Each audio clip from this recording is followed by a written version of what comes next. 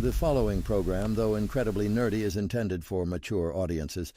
Viewer discretion is advised, and you probably shouldn't watch if you're an overly sensitive pussy. As you see, here's news in the making. No logic. Listen up.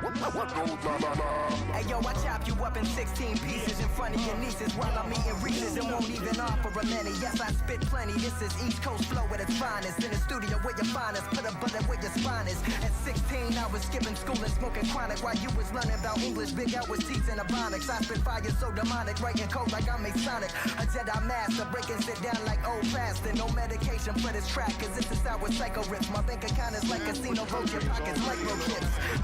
Motherfucker, I dare get it tested. Hope you're well rested. Whoop your ass and get arrested in a double-breasted Louis Vuitton dominant crested tailor-made suit. Now that's all Sinatra everything. I explode like hollow tips on contact. Chronologically murder schmo. There's no bringing Joe back.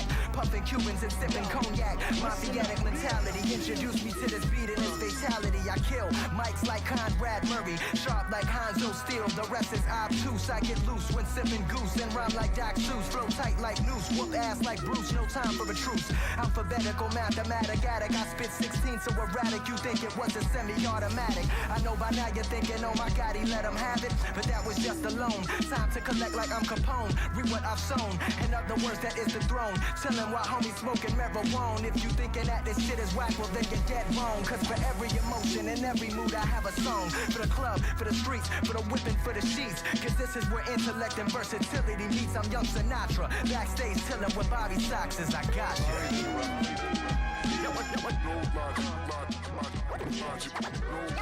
Well, welcome on in.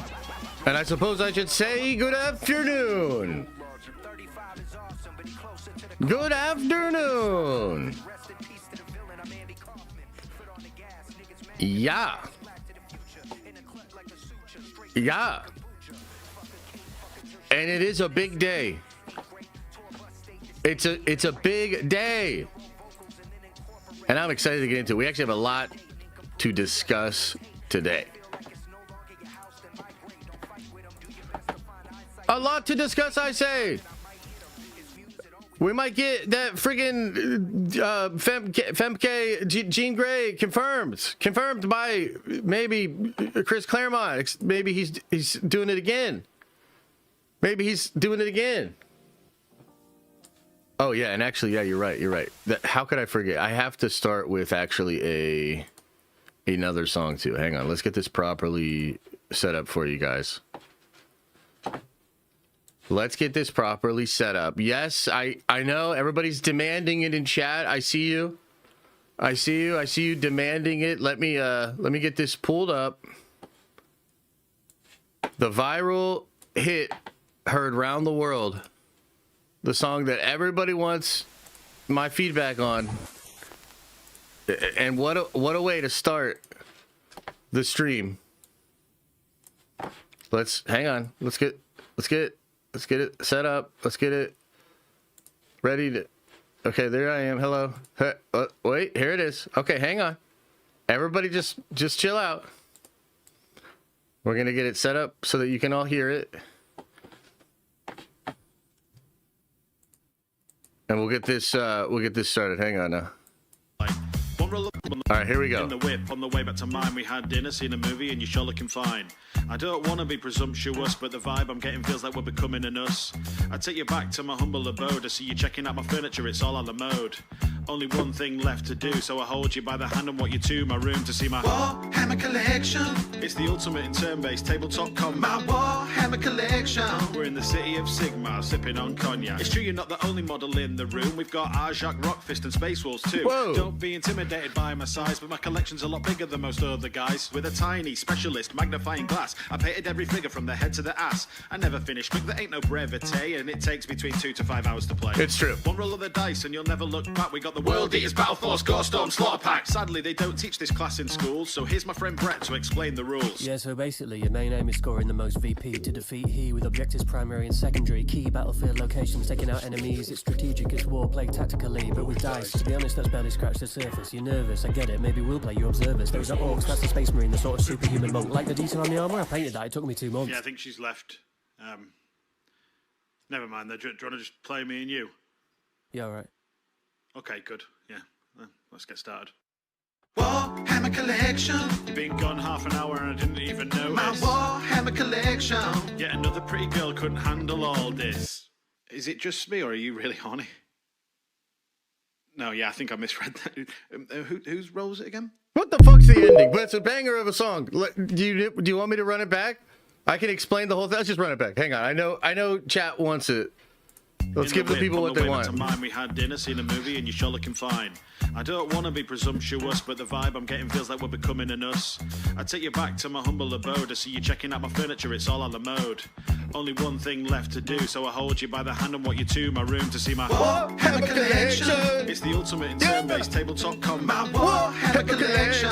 We're in the city of Sigma, sipping on cognac. It's true you're not the only model in the room. We've got Arjak, Rockfist and Space Wolves too. Don't be intimidated by my size, but my collection's a lot bigger than most other guys. With a tiny specialist magnifying glass, I painted every figure from the head to the ass. I never finish quick, there ain't no brevity, and it takes between 2 to 5 hours to play. That's actually true. Roll of the dice and you'll never look back. We got the World Eaters, Battle Force, Gore Storm, Slaughter Pack. Sadly, they don't teach this class in school, so here's my friend Brett to explain the rules. Yeah, so basically, your main aim It's is actually the most true. VP, you score that. Objectives primary and secondary. It's primary and secondary. Taking out enemies, it's strategic, it's war. It's strategic, it's war. With dice. With dice. That's barely scratched the surface. You're nervous, I get it. Maybe we'll play you observers. Those are orcs, that's the space marine, the sort of Look, I have the tag on like the still. detail on the armour, I painted that, it took me 2 months. Yeah, I think she's left. I forgot to take it off. Never mind, do you want to just play me and you? Yeah, alright. Okay, good. Yeah, let's get started. Warhammer collection. You've been gone half an hour and I didn't even notice. My Warhammer collection. Yet another pretty girl couldn't handle all this. Is it just me or are you really What's the horny? ending though? No, yeah, I think I misread. What's the ending meant to? Whose role is it? All right. Anyway, so yeah, that's nice. You know, that's a nice way to start the stream. I'm feeling good. I'm feeling pretty good. I don't know about you guys. And of course, also, there is a Steelers game tonight, baby. Let's go.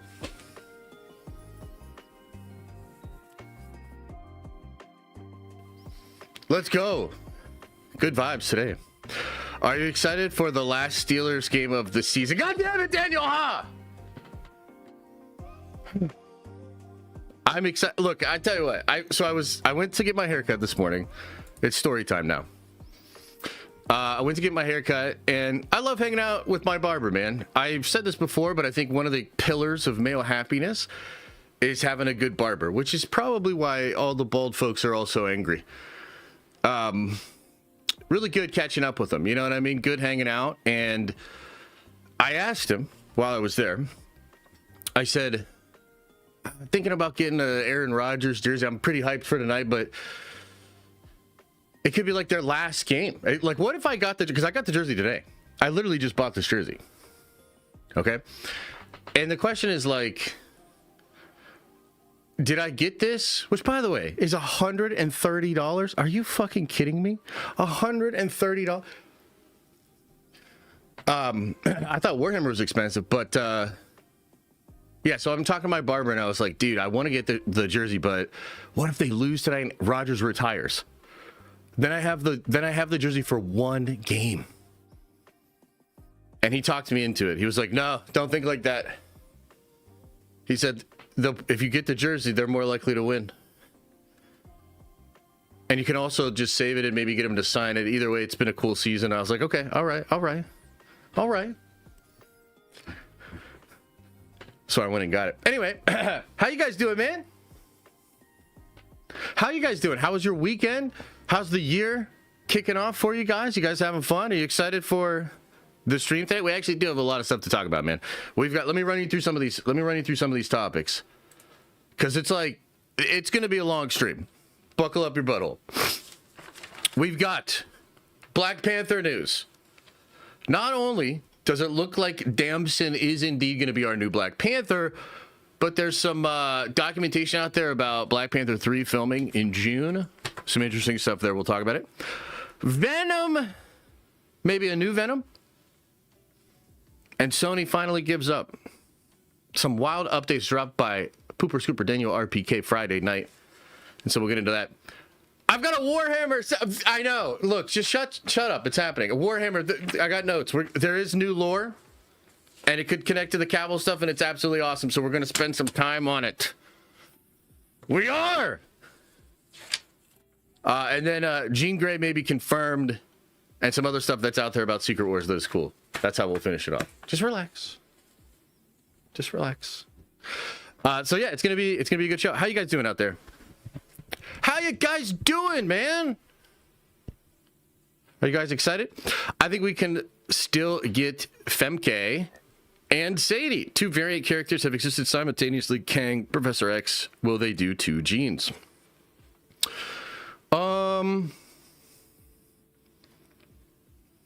Yeah, I mean, I think you're probably right, and I think also it's possible one gene at a time.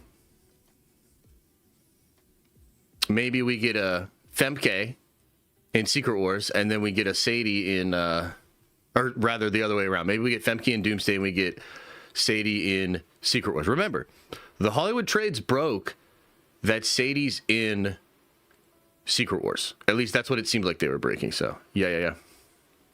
What's the point behind hiding Famke's casting? I don't know so much that they're hiding it as they probably don't have her in a huge part of the film. So it's kind of interesting, right? Like, we'll get into that. That's the last topic of the day after we get into the Warhammer stuff. But I think there's multiple things going on, right? If you just think about it, what is Marvel trying to do with Secret Wars and Doomsday? Part of this is saying goodbye to Fox X-Men characters and kind of getting closure to those characters, but also we're setting up new X-Men as well. I really think that's what's going on. So I think they're doing two things. You can walk and chew bubblegum at the same time, you know what I mean? How am I doing? Triggered AF right now. Say satisfying things to make it better. Okay, I'll try. You mean nostalgia bait? I mean, yeah, there's a little bit of that going on for sure. But you know what, dude? I'm not against nostalgia bait if it like actually feels good and the movie slaps and it's awesome. I think nostalgia is great. I think nostalgia becomes empty when they kind of like just keep going to it and there's no substance there. And then it just kind of feels like member berries. Yeah, I don't think that's what's going on here. Sounds like you need a new barber. What? I love my barber. What are you talking about, dude? My barber's the best. You know what you're talking about. Say goodbye. We left them in the dust years ago. Yeah, we kind of did. Maybe say goodbye is not the right way to say it, but I think there's... So here's the thing. Kevin, what? You guys got me yapping already? We're supposed to be getting into topics. You got me yapping on about the X-Men already. That's the fourth topic. That's supposed to be in like hour 2 of the show. So listen, all ye children. You guys know Kevin Feige started out as a producer on the X-Men movies, right? So basically, this guy was working for the Dawners, and he sort of gets like put into this X-Men world. At the time, he's not even a big comic book fan. Actually, Jeff Johns is the person that really gets him into comics. Because they took a trip after Feige gets the gig, because they both worked for the Dawners. After Feige gets the gig for the first X-Men movie, on a trip to Comic-Con, basically Jeff Johns puts Kevin Feige on game as far as the comic books, and then like at that Comic-Con, Kevin makes a bunch of comic purchases and like becomes a big comic book person.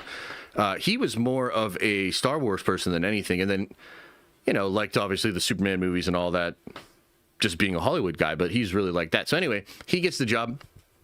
And so basically, like, I think it's interesting how this goes, because what was Kevin really trying to do and what was Jeff really trying to do? It's like these guys, when you're a producer, you're trying to pull together all of the pieces to like make the movie in such a way that it's like way better than otherwise it would be. Richard Donner himself buys the rights to make the Superman movie to kind of save it and to save like the Superman character, because what they were going to do with that Superman movie was like there's you can read the original script. I believe you can read all of it of the original Donner Superman before Donner like buys the rights to it and really starts working on it. Anyway, all that to say, like the producer mind is, hey, there's this thing that we really like about this IP character or whatever. How do we sort of distill that down and then translate it via the medium of movies? That's the whole idea. So like Kevin, just as being like wanting to be a great producer, tries to understand the source material, and I think does a pretty good job of understanding it. Remember, this is the guy that like secretly slips comic books to Hugh Jackman. This is the guy that took Hugh Jackman from the airport and really like try to kind of convince him to be Wolverine or whatever. And so for Kevin, this is like a full circle moment to come back to those Fox X-Men characters. And I think what I'm really saying here is like the comment was, we said goodbye to these X-Men years ago. True, but like Kevin never, like in his mind, he wants to give the version that is the best and the version that maybe he would have done had he had more control back in the day. So he's trying to like, that's why we have the classic Cyclops costume, right? And the rumor is it's actually Kevin Feige that got Hugh Jackman's hair to even look the way that it does in the first X-Men movie. And his whole idea was like, no, it has to look more like the comics, less like Jackman, etc. Right? So for Kevin, this is like a full circle moment. And I think that that's a part of why there's such special care being given to the Fox X-Men characters. That's awesome. And the fact that that's so cool and it looks like they're absolutely cooking with the X-Men is great. But at the same time, obviously, yes, they are setting up this new X-Men, and that's a big deal for the studio. It's a big deal for everybody. So that's what they're doing. Rossi, thanks for the 5-spot, says, any of you nerds thinking about going to MegaCon? Noah, Ben, Atosuke, Darboy, Coolboy, Chris, and Andreas are going. Hit me up in the Discord. Wow, there's a big old group of Nerd Avengers. Be safe. Don't get in no trouble. But yeah, just dropped 200 on the Steelers. Steelers Nation, let's fucking go. Let's go. I don't know if I should put any money on it, though. I'm already going to be mad if they lose. I don't want to be like extra mad. Man, the week last week, so the Browns game was like infuriating, right? But the last game of the season was like real up and down, and I was so mad for a lot of that. I didn't even like actually tweet or really, I wasn't on the Discord a lot for that game because I was like legitimately mad. And I was like, oh, I don't want to. Because one of you guys would say some silly ass shit, and then I'd be like, fuck you! And then it'd be a thing. So I don't know. I might stay off of the social meds tonight. We'll see. We shall see. I had a Warhammer member chat. Let's go. I'll definitely go searching for that. Let's go. And also, Rig of Ma, welcome to the Nerd Vengers. You are a Nerd Venger now. Bear down. I don't know what that means. John says, excited for the Lion and Gilliman meeting. Your Deathwing Knights are looking fire. Thanks, brother. That's what I want to talk about today. We're going to do a whole segment on that, man. New lore for Warhammer. Really big deal. Really cool stuff happening. Don't worry. I'll explain the whole thing to all of you in excruciatingly nerdy details. The Steelers will lose because you played it twice. You don't say that. All right. Should we get into it? Should we begin with the Black Panther news? Wish I had like the Wakanda sound. That little like flourish or whatever they do with like the drums is so badass. It's one of the cool, like I wish I had that shit. Like I could play a little button. Adam, get that for me so I can play a little button. Anytime I talk about Black Panther, I want to be like, let's talk about Black Panther, and I hit the button, and then the Wakanda, you know, like that thing, whatever. Oh, it's so cool. So somebody make that happen. Anyway, should we get into that? Let's begin. Let me pull up some stuff. I could also just play that Warhammer song again, too, if we want to just do that. You guys let me know. Okay. You guys let me know. Okay. All right, so let's talk about this Black Panther stuff, man. This is kind of interesting. I don't know if you guys saw this, but last week this had started to pop up on the timeline. Friend of the channel, Geeky Cast, actually was the one that kind of like started this whole train again. It's very interesting. Like, he came out and said like, oh no, it's him for sure. It's confirmed. And look, Geeky like has some scoops here and there. But I don't know that I would like consider him to have like the best sources in the game or anything like that. So I'm often skeptic of people that report these things outside of, let's say, the main scoopers and insiders, which I know sucks. And some people are like, why do you only talk about these select group of people and everything they say? Well, it's because they've proven to be pretty accurate compared to most people. So that's the thing. Anyway. So Geeky starts kind of sharing this last week. As this thing is being shared, some really interesting things happened. Number one, I saw Jeff Snyder and Roka comment on this on the Hot Mic podcast last week. Now, I think this portion of that podcast kind of got buried because the Blade movie cancellation thing happened. And by the way, no official confirmation on that, but I still believe it.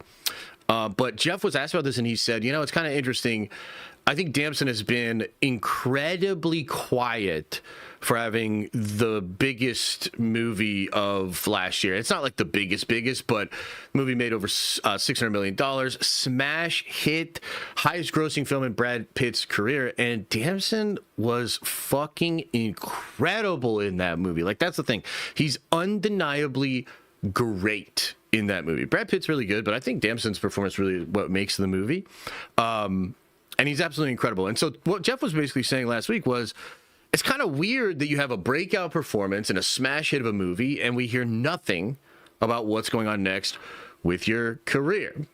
So Jeff had sort of hinted that maybe there was something going on. Maybe he did have something big lined up, and maybe it was potentially this. Now, I think it was over the weekend, or maybe it was Friday night. Damson's actually interviewed and asked specifically about not just being Black Panther, but the rumors that like the fans are spreading around. It's kind of interesting because Geeky's post did kind of go viral and people were talking about it. And the question gets to Damson himself. And he says, I am thankful to the fans. Of course, it's rumors, but I love that movie. I love the world. Now, that's not a confirmation or anything like that, right? But something else interesting happened after this, where Alex Perez, who is still to this day probably one of the most reliable scoopers in the game, kind of gave this the soft confirmation. The soft confirmation. Okay, what do I mean by that? The vagary of gifts that Mr. Perez loves to throw around, except this time it was way less vague than usual. So the first thing he did was he quotes tweet like this interview that Damson did, and he said like, see you soon, the Kang thing. So he's basically confirming that he's Kang, right? No, but that's what some motherfuckers thought in the comment section. Then Alex had to clarify because somebody was like, you're saying he's Kang or some shit? So then Alex says, no, Black Panther. He quote tweets that with a Black Panther gif. Now, this is not a hard confirm, okay? But you start to put all of these pieces together, and it really does look like Damson is going to be the new Black Panther. So I guess the first thing is, how do we feel about that? Let me know in the chat. There's a lot that we can get into, but immediately we have to do that nerdy, pedantic, borderline toxic thing that fans do. And that's to put this decision under a microscope and address all the possible ways that it could be fuckery. And what I'm really talking about is this actually T'Challa? Or is this T'Challa's son? Is this Toussaint, the young man that is introduced at the end of Wakanda Forever? Now, here's the deal, man. Here's the deal. This whole thing with T'Challa and this whole thing with Black Panther and Chad and all of this, it's a thing. It's a thing in the fandom. If you're like on the outside looking at it, maybe you're like not that hardcore and you're like, I don't understand. This is a thing, man. A lot of Marvel fans, I'm talking about a lot of Marvel fans, thought that Marvel Studios made the wrong choice when they killed off the Black Panther T'Challa character in the movie because Chad had died in real life. The decision that Coogler and Parliament and everybody came to was that T'Challa will die in the movies just as Chad had died in real life, and this was meant to be like a respect thing. They wanted to honor the legacy of the character. They basically just wanted it forever solidified that Chadwick Boseman was T'Challa, okay? Here's the thing, like, the intentions there are probably good, but a lot of fans really don't like that choice. There's some evidence that even Chad's own family did not like this choice. And so it's kind of become a thing. And of course, in the age of the internet and social media, when things become a thing, I think the way they're represented is often like monolithic without nuance, et cetera, et cetera. But by and large, it is really that simple. A lot of fans just want actual T'Challa back. And look, I've talked about this ad nauseum like many different times, but it's like this. Imagine if after Christopher Reeves had the accident, that Warner Brothers or, Hollywood in general decided, well, we're going to now have the actual Superman character die, and forever Christopher Reeves will just be Superman, and the next Superman will be Superman's kid. And we'll just do like Jonathan Kent after that. Now, on the one hand, you might be like, well, that's not so bad or whatever, and that's fine, but I think you look at the history of Superman, and you understand what Superman has become outside of any one individual actor, what the character has become. And I think a whole lot of people just think that T'Challa is as deserving and potentially even like there's a measure here of, brother, he deserves it even more. He deserves it even more. He has to be recast. You need actual T'Challa. That is so important. A lot of fans just feel that way. So look, going back to this report here and the whole kerfuffle and all the different opinions and all the different reportings, it was Jeff Sonner that had first started, or I guess kicked this hornet's nest up when he had reported over a year ago that Marvel was indeed recasting Black Panther. Now, when Jeff's initial report came out, he was like, they're recasting T'Challa. And Jeff himself had said in his newsletter and just on the podcast and everything that it was time. Enough time had passed. Chad was great, but you need to recast that role. But Jeff ended up saying and admitting, because all the scoopers were basically like, he's getting the shit wrong. Jeff ended up admitting that, it's probably the kid. It's probably not actually T'Challa. And then Jeff tried to play it off in a podcast where he was like, is it actually T'Challa? Is it T'Challa's kid? Is it the multiverse? What? Who gives a shit? A new Black Panther, a young male Black Panther will be in the movie. And the problem is with that, a lot of nerds do give a shit. A lot of nerds actually care. Is this T'Challa or is this T'Challa's child? Now, look, what do I think it is? I think it's the kid, man. I just have to be honest with you. Most of the reporting around this has been pretty consistent, actually. Jeff actually did a oopsie. He did a big fucking oopsie, one that he's never actually held the L on, in my opinion. But this was a big fucking oopsie, and I said it at the time when he reported it. I said he should get this right because he's about to kick up this big hornet's nest and dive into this drama that he doesn't fully understand because people want actual T'Challa back, and I don't think that's what we're getting. Okay, so that's what I think is going on. Real talk. I think it's. I think Jeff misreported it. I think all the scoopers were right. I think it's going to be Toussaint. I think that's what it's going to be, okay? Now, one thing I'll say before moving on with what I think is actually going on, if you are a person that wants actual T'Challa, I would say don't give up hope. I would say keep letting your voice be heard. I would go out and do some retweeting and some stuff on social media, even right now, today, explaining this, because I don't think there's anything wrong with using your voice to communicate what you desire as a fan to these, what amount to basically corporations that control this IP that we love, right? And there are examples of studios listening. There's the Sonic thing. Remember Ugly Sonic? Now we have a whole trilogy of dope-ass Sonic movies with a Sonic that looks great. I'm not saying it's going to happen, but I'm saying we never know. Continue to use your voice. Continue to use your voice. Continue to lobby for what you want. Because, I think there's nothing wrong with that, and I actually agree with you guys. However, I will also say that if I'm being honest and just trying to report what is actually going on, then I have to tell you I don't think that's going to happen. I think they're going to do some shenanigans, and I do think they're going to use Toussaint. Now, a couple of different ways this could go. Basically, it's down to two things. Number one, it could be the actual 616 Toussaint character, but there's a time jump. Now, this might seem crazy, but we kind of already know there's going to be time jumps in Doomsday. The Captain America that we see in the first Viagra commercial Avengers Doomsday teaser trailer, he doesn't even look like that for most of the movie. He has a beard, he has long hair, he's got Mjolnir, right? The Sun even might be aged up. So I've heard that we're going to like go into the future and the sun might be aged up. We also know that Franklin Richards is likely going to be aged up. The degree to which he is aged up, we don't know for sure, but there could be some time travel shenanigans here. So this could actually be Toussaint, and he could actually go through time travel and pop out and be aged up, right? That's a possibility.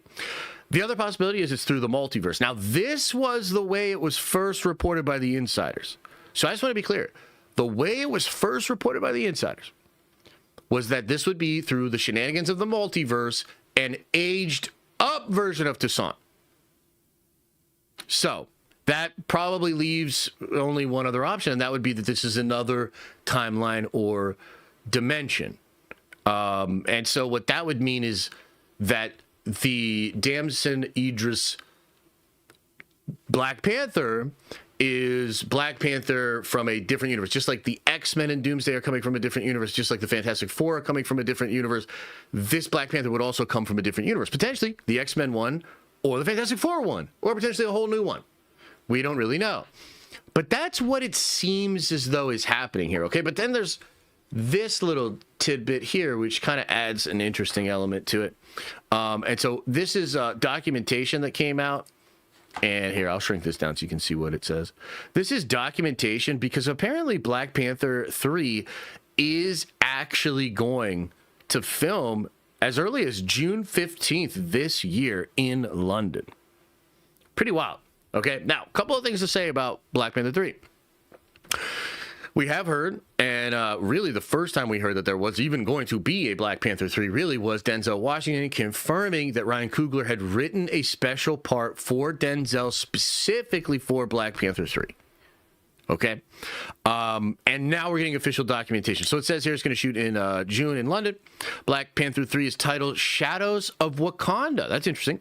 We'll explore Wakanda's vulnerability after T'Challa's death, with Shuri stepping up as both warrior and leader. Now, that's a little weird because that's like the plot of the second movie.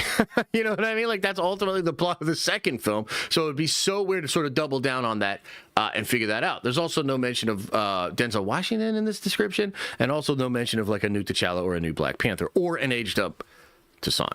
So I don't know. The question, of course, is like, what is Marvel cooking here? I will tell you that I think Marvel is aware of the complaints. I think Marvel is aware that fans want a male Black Panther.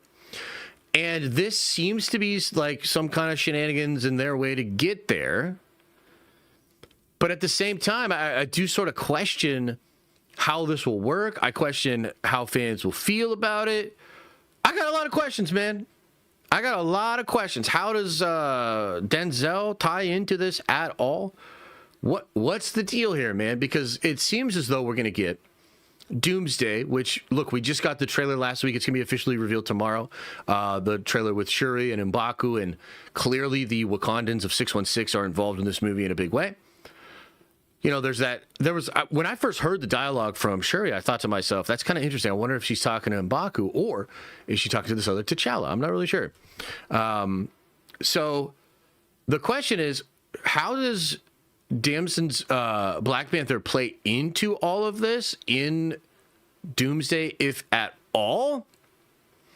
And then the other question, the extension of that is like, okay, then does he play a role in Secret Wars?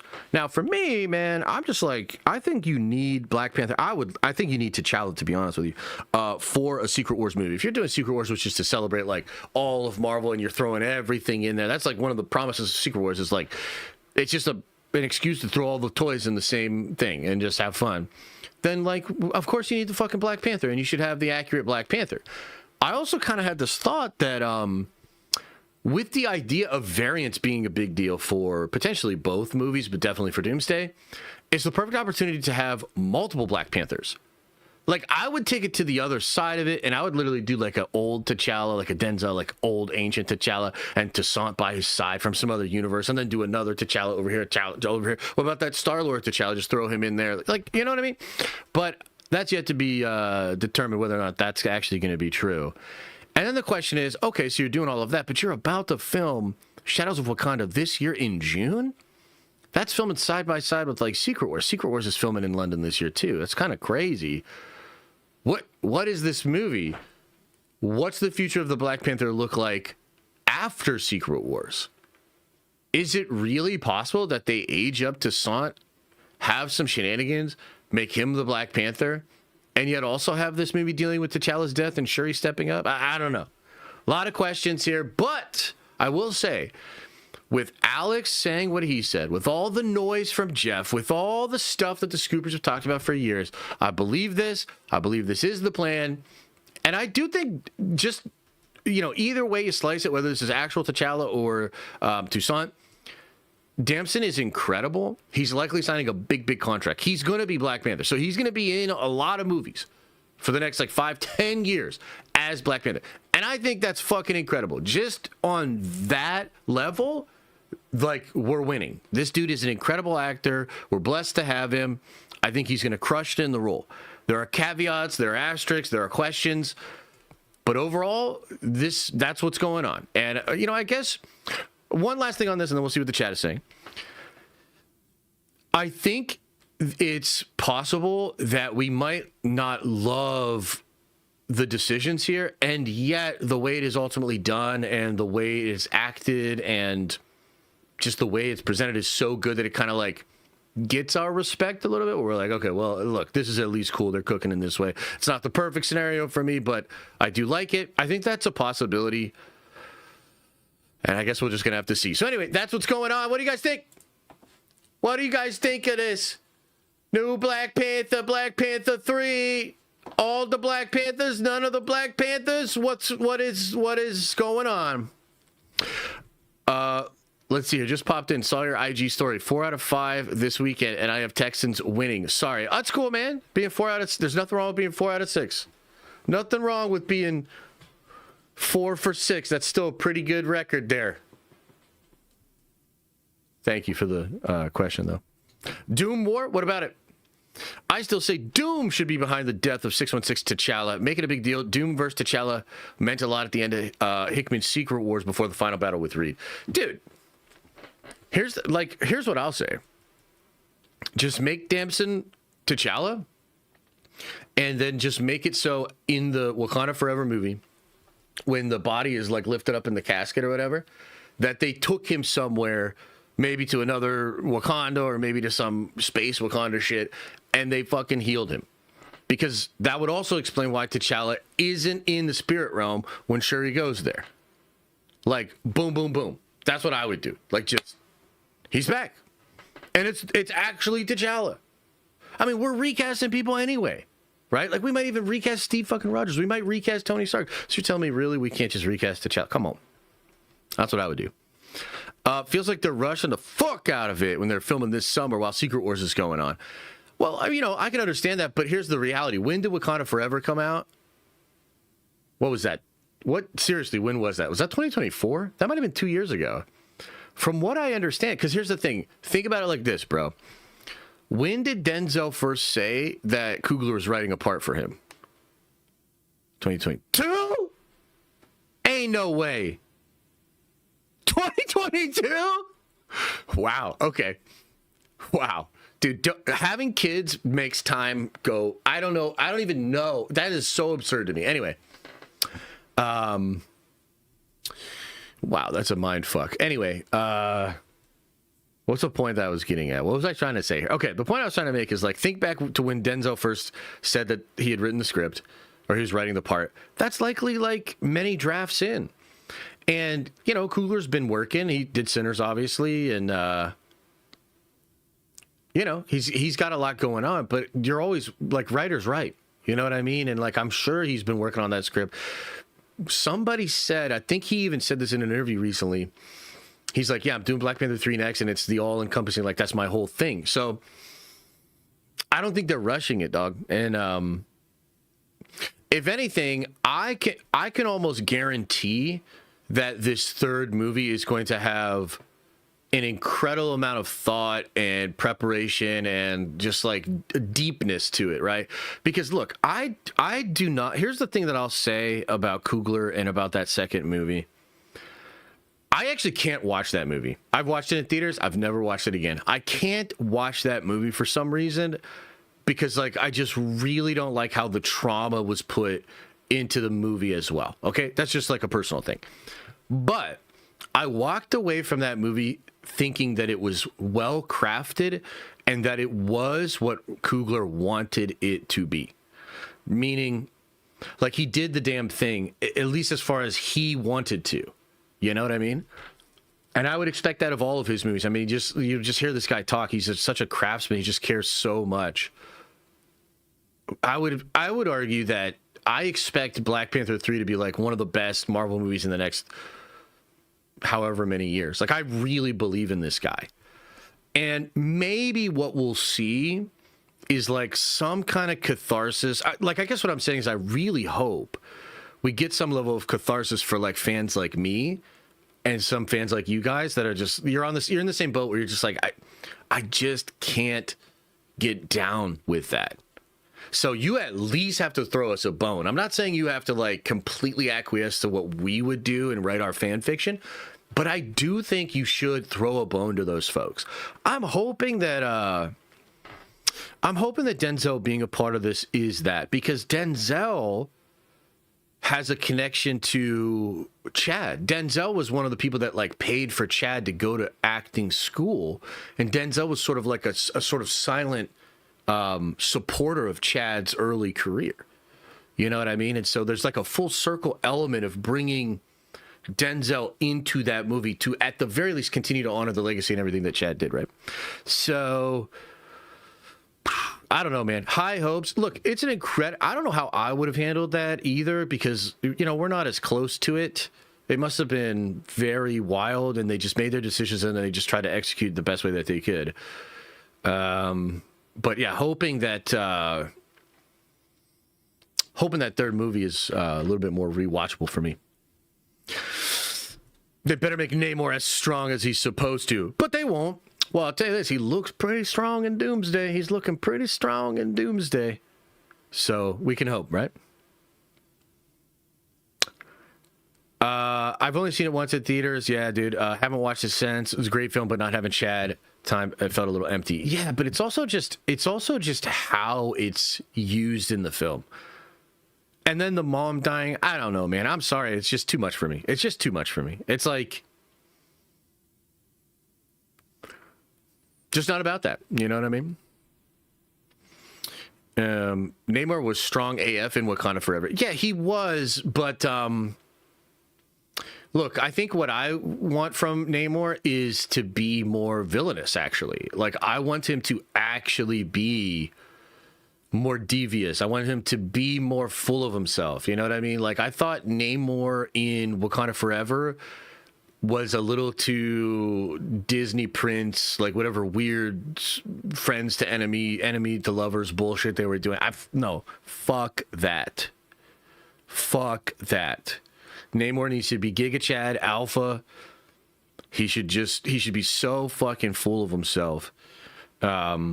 It's so egotistical. I mean, that's what I think. You tell me Namor, you just say Namor from Marvel Comics, and I'm like, yeah, one of the biggest assholes there is. Maybe more of an asshole than Doom, frankly. Like, if you were just like asking me just like off the dome, like, dude, tell me about Namor in Marvel Comics. It's like, probably the biggest fucking asshole there is. Such a fucking asshole. But it's amazing. And like, none of that's in Wakanda Forever. I mean, a little bit here and there, but even like after he kills the mom, he's like, bury your dead and I'll be back to give you some flowers tomorrow. It's like, get the fuck out of here. Hate that shit. Anyway. All right. So that's probably good on that shit. Black Panther news. Boom. First topic. In the bag, or whatever we should say. We did it. Why is the mom dying a problem? It's not necessarily a problem. I just don't fucks with it. I don't like it. It's like doubling down on the trauma. It's like it wasn't enough to, I just really don't like it. It's not necessarily a problem, though. Shit, man. You never watch a movie and you don't like something in it?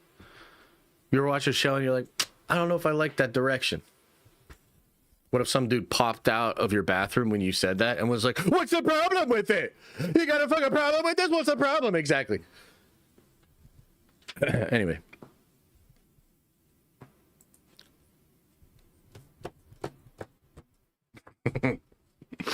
Should we talk about Venom? Venom. Look this up. Pull this shit up for you, and then we'll get into this. Venom. Aha, okay. I gotta find, maybe it's just on my timeline. I gotta find this whole thing with Venom here. Venom.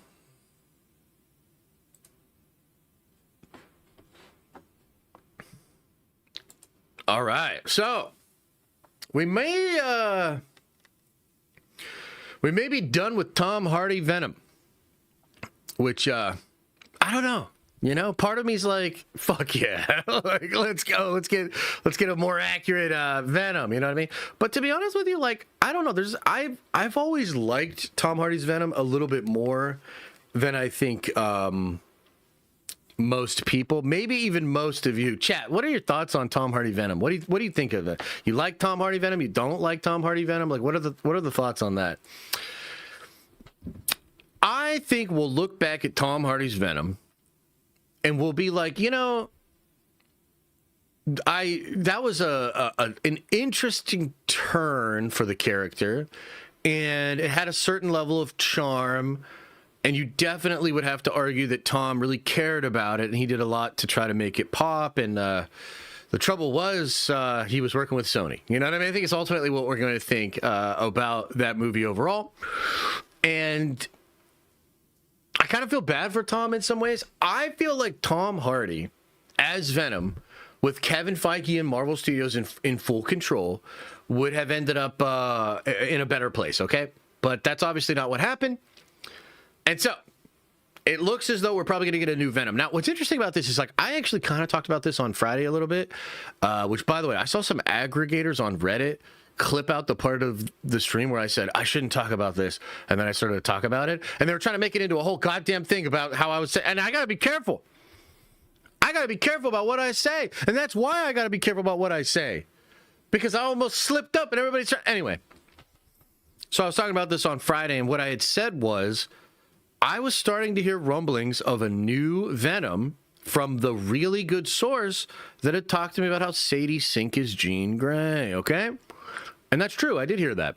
And the reason I brought it up last week was because there was a report that came out from the redacted guy, and he had said that Marvel was going to make a change to Venom in the MCU, and Venom was no longer going to eat people.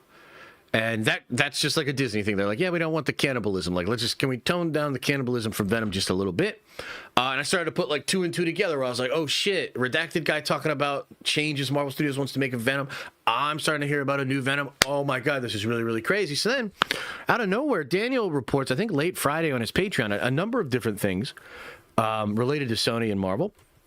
One of them was this: Marvel Studios has big plans for the Venom symbiote in an upcoming trilogy of Tom Hardy Spider-Man movies.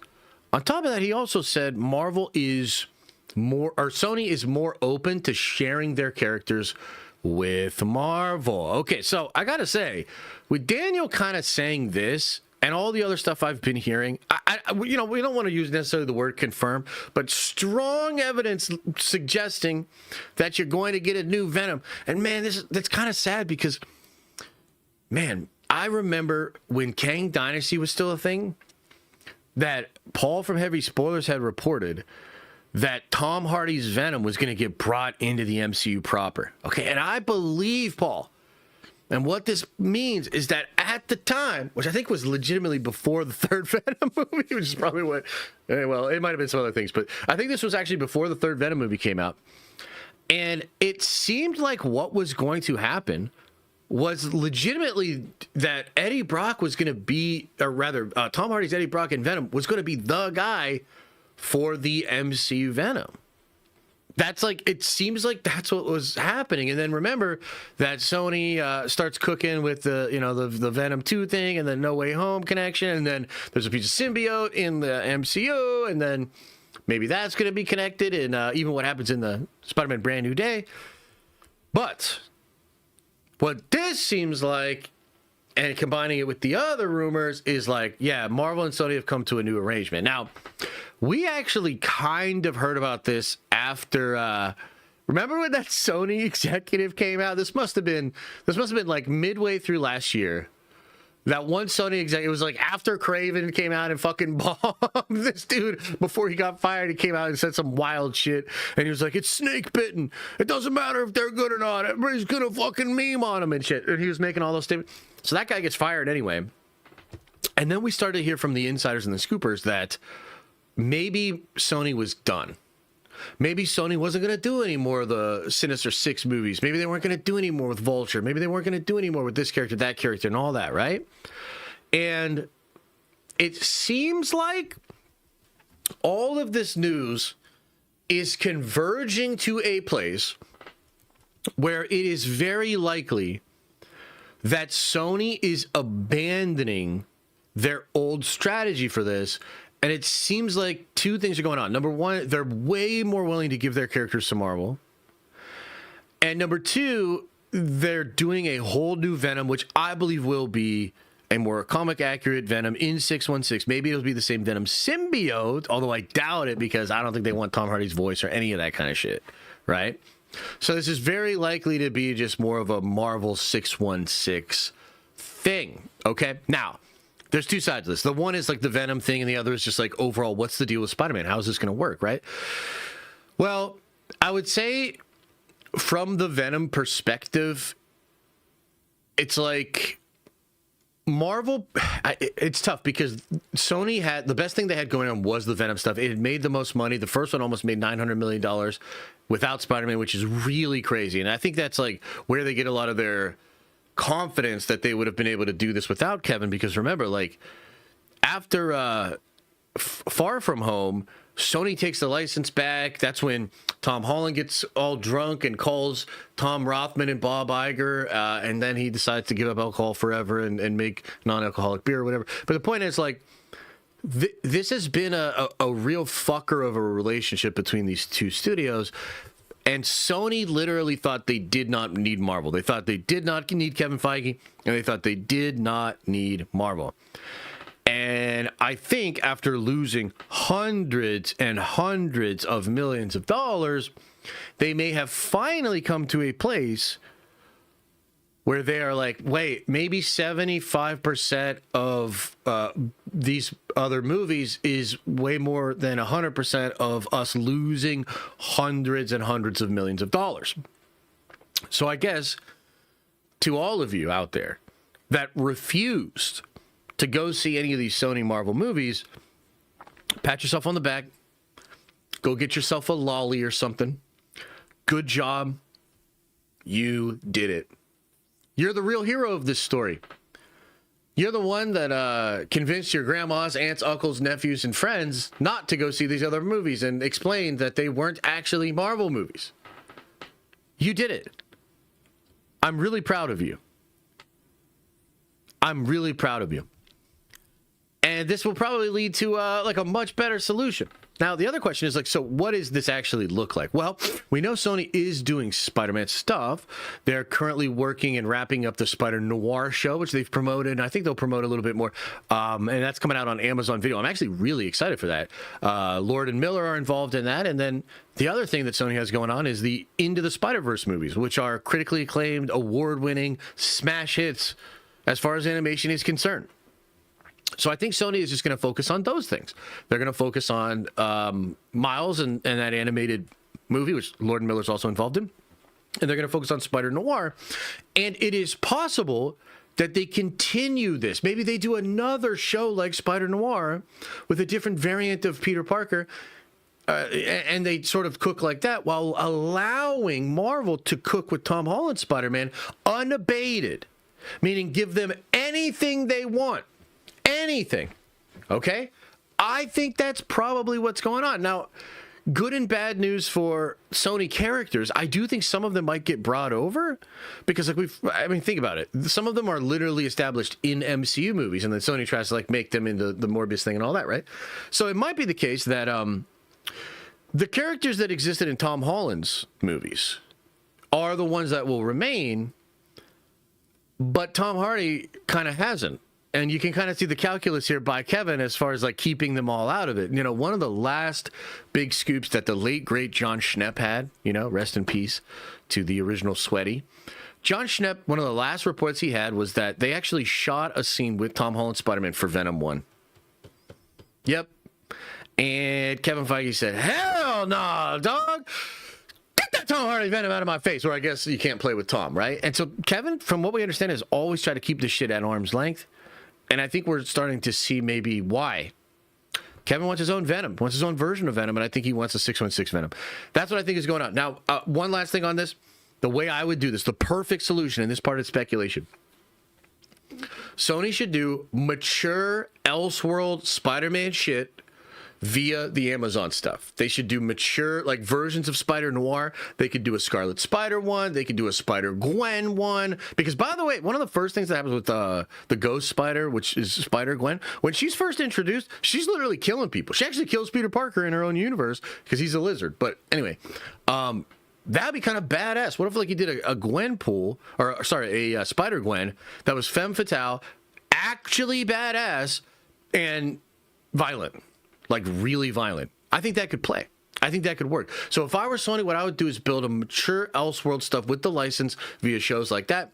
Then I would do animated stuff. They've proven that they can crush the animated stuff. So finish off this trilogy, do a spin-off trilogy, or do another movie. Okay? But as far as, like, actual live-action Spider-Man movies, I would let Marvel take complete and total control of this. And then you just stack your 75% of, like, big Spider-Man movies, and you build all your Elseworld stuff. That's what I would do. And maybe that's something else maybe that's something they will do. You know, a couple other smaller things here, like Olivia Wilde's show got canceled completely, but we kind of already knew that. So big changes, a lot of parts moving behind the scenes at Sony, and a lot of evidence suggesting that we're getting an MCU Venom, and it's probably not Tom Hardy. So with all of that said, what do you all make of this? Thoughts, questions, comments, concerns? What are you thinking about this, man? Is this a W? Is this a L? How will you look back at the Tom Hardy Venom? Because, I mean, I think we might look back at it with, like, some level of charm many years from now. In the same way that, you know, we look at some of those older Captain America movies, or like the 94 Fantastic Four thing that they ended up killing and all that sort of stuff. I don't know. I mean, I think there's a lot of room for improvement is, I guess, what I'm going to say. W, to me, it was nice, but ready to move on. Yeah, that's probably true. No, we need Tom Hardy. I really like Tom Hardy, man. I think he just kind of got unlucky with this one. And I think Marvel is justified in wanting a clean slate with Venom. I mean, I kind of think they're justified in that. That Silver and Black movie could have been super dope. It would be a movie, incredible action, yeah. Dude, it would have been like femme fatale. It could have been great, absolutely. I think those are some of the best femme fatale characters in comics, actually. And they're smoking hot, too. But, yeah, I don't know. I feel like we'll look at it like a not-so-good X-Men movie. Yeah. Like, X3 maybe, because like X3 is kind of interesting because it gives us the Kelsey Beast, gives us that Juggernaut, which is like you know, it's not like actual Juggernaut, and he's like a mutant too, which is really weird. But I'm the Juggernaut, bitch. You know, that's kind of fun.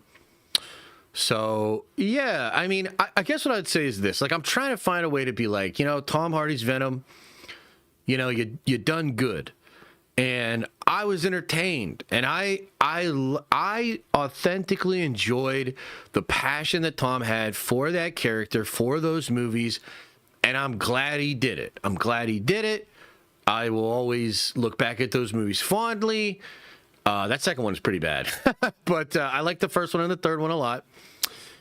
But also, yeah, I'm ready for a more accurate. Venom, like you know, James Marsden Cyclops, dude, which we're gonna talk a little bit about later. But dude, yeah, like I feel really excited to see James Marsden Cyclops. Maybe they could do that for Tom Hardy too, and revamp him and make him like the actual Eddie Brock. I wouldn't necessarily be against that. I just don't know. That's a tough one. It's a different situation than the Fox thing with the old X-Men because Marvel owns all of that, right? So, number one, there's no question of like what's the canon and who's the new Cyclops. But also, they're not technically like giving cachet to a potential competing universe and you know, the people that own a license to a thing you desperately need. There's like a business side of this that's like, it's just tough for Tom Hardy ultimately. Only a W if it's Eddie Brock, not Mark Gargan. Yeah, I think you're getting Eddie Brock. I mean, look, this report here, just to take it back a step, Marvel Studios reported there's big plans for Venom symbiote in the upcoming trilogy of Tom Hardy Spider-Man movies. That has to be Eddie Brock. Like, come on, man. That has to be Eddie Brock. There's no way that's like Mark Gargan. And I don't think they're going to do like Null or any goofy ass shit like that. It's like, no, let's do Eddie Brock Venom the right way, dude. The right way. Duh, Bears. Wait, what? More trailers coming? I'm actually not sure. I don't think so. I think we would know by now if there were more trailers coming. It seems like the Korean ratings board of like trailer 5, 6, 7, and potentially 8 might have been re-edits of the other trailers. People might have been right about that. I'll have a quick little moment in Secret Wars. Wait, what? Yes, bro. Yes. He's too old now, though? Who's too old now? Josh, do you think there's any hope that Tom will have a quick little moment in Secret Wars? Oh, Tom Hardy? Dude, I don't know, man. Maybe. It's hard to say. There's so much that needs to be accomplished for Secret Wars. Giving the Tom Hardy Venom a nod, it's just probably low on the totem pole. I'm not saying it's not a consideration, but it's just, dude, there's a lot more shit that needs to be taken care of, you understand? There's a lot more shit. Does Kevin like Tom Hardy? I don't see why he wouldn't. Tom Hardy seems awesome. Venom needs to be zero fucks given and more dark. Stop nerfing the character. Just sell everything back to Marvel and we'll be better. Yeah, so there is an issue of like making Venom the hero, and there is the Lethal Protector. You know, I get what they were trying to do, but yeah, it does, like, ultimately I think it works so much better if Venom and Eddie have a shared hatred of Peter. I just think that's so much better, and I really wish we would have gotten that, you know. And then that makes Carnage and everything make more sense. Like the Sony stuff was just a little off, bro. You know? Hell nah, not The Rock as Venom. I think it should be Alan Ritchson. I think he should be our new Eddie Brock in Venom. Can you imagine it? Can you imagine that fucking guy as Venom, dude? That would be so badass. Tom Segura for Venom, perfect casting. Perfect casting. You guys are great out there. You're so good at this. The Rock as Maestro Hulk? Maybe, but you look a little too much like the Shrek AI video now. AI is ruining everything. We are Batman. Wait, what? The hell? All right, it's Warhammer time. Time to get into a Warhammer topic. Don't everybody leave the stream. Shut your mouth. It's time. Oh, I'm so excited. I'm so excited. Let me see if I can find something to pull up for this, actually.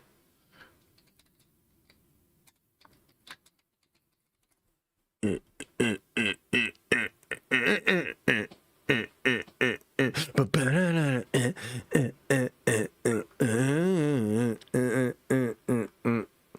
don't know if they have like a good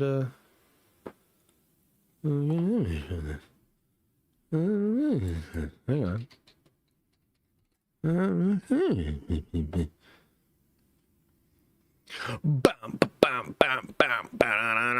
Yeah, new lore just dropped for Warhammer. It's fucking awesome. Everybody's so excited about it. And don't worry, I will educate you on it, on all of it.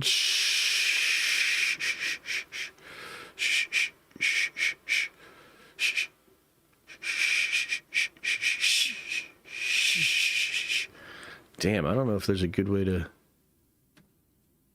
The fuck? I'm trying to find like a post about this shit.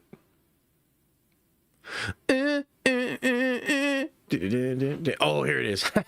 Here is a little article on it right here, okay?